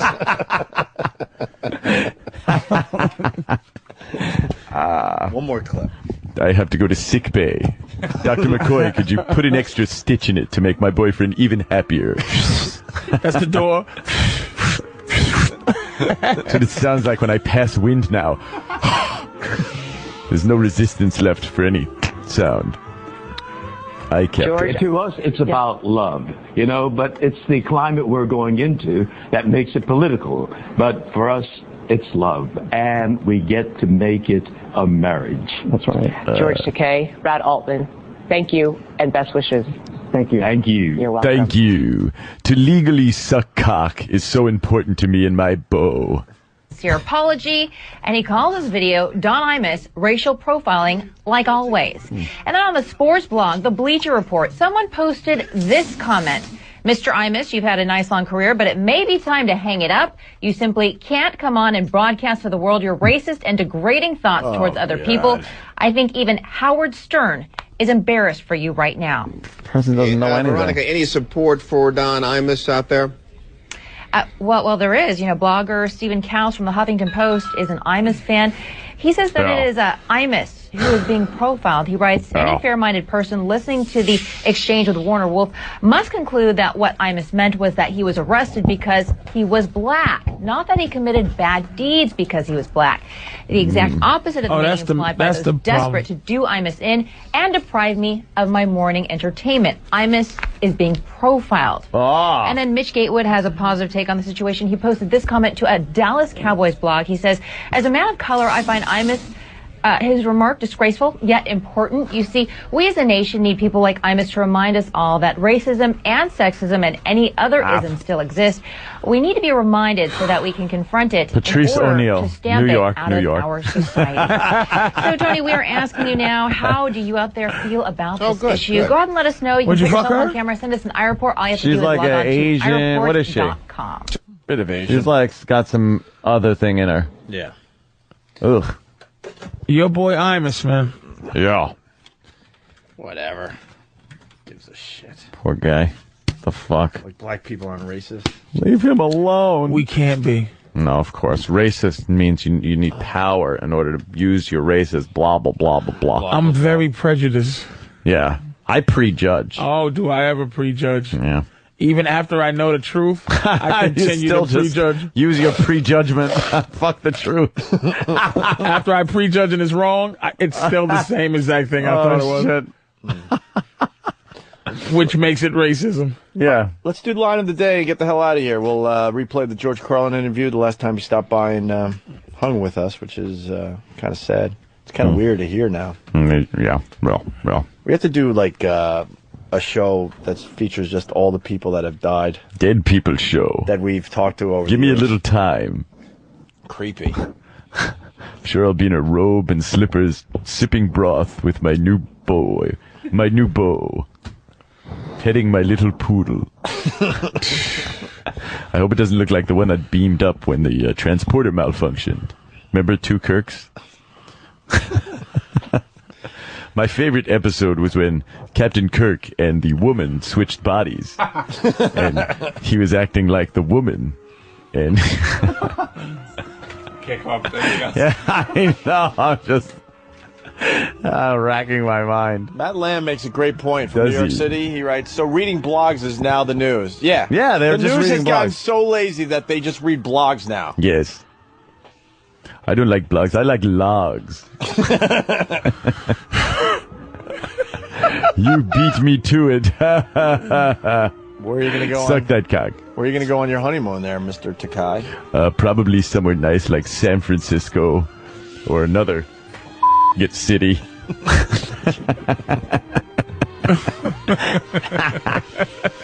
Yes. Or I could say the old gag, we're taking the ship to Uranus. Get it? That's space talk for asshole. We could do that, but I want to go home. Yes. Line of the day is sponsored by Carbonite.com. Carbonite backs up your computer hard drive so you never have to worry about losing any of your files. Check it out at Carbonite.com. Promo code XM. Here's your first runner-up line of the day. Oh, this is wonderful. Kickstart my heart. I'm not singing. I'm telling somebody, please. Help me. That seemed like that just happened. Yeah. Here's another runner-up line of the day. Yeah.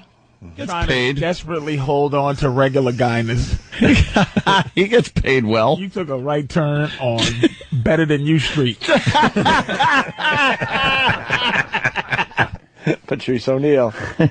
Houston Improv next weekend. July 4th weekend. Yeah.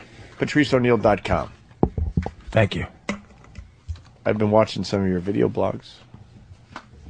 You have a makeout session with your chick. Who? You.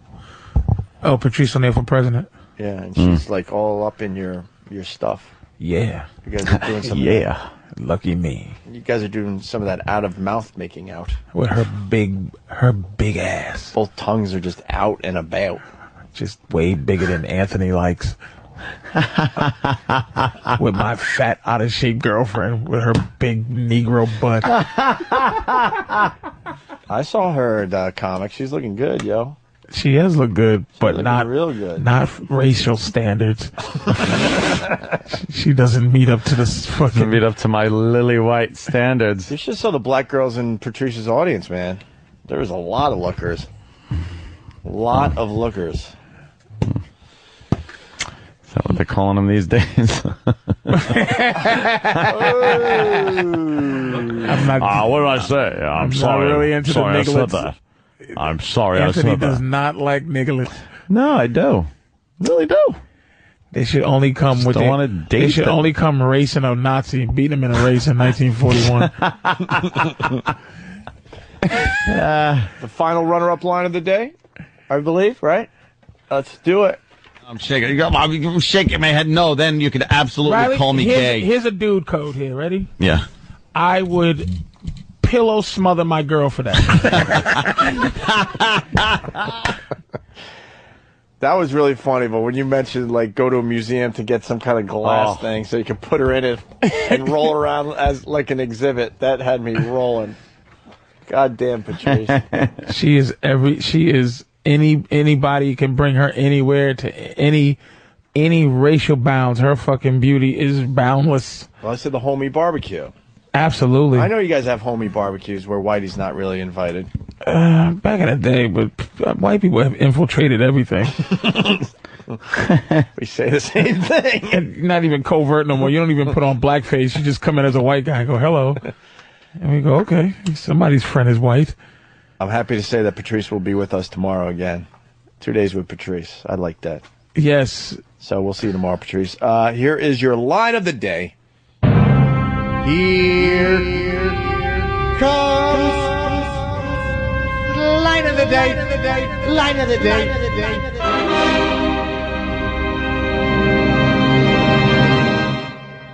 What woke you up, man? You heard us talking? I'm always aware of white meetings. You're out of business now, buddy. Fucking Patrice gets line of the day seconds after he wakes up from a really, and I mean deep sleep. Fuck you. God damn, is that good?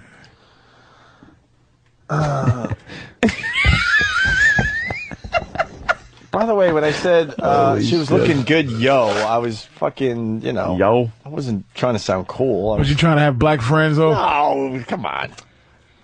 Some of your best friends are black? Yeah, that's always a good one. I was just trying to... Why, some of my closest friends are black. Fucking around a little bit. Is the producer of this show black? No, we have you. Don't even have a black intern. Boy, you guys are racist. Dude, yeah. We have you in what every am once in a while. What am I doing here? Just to...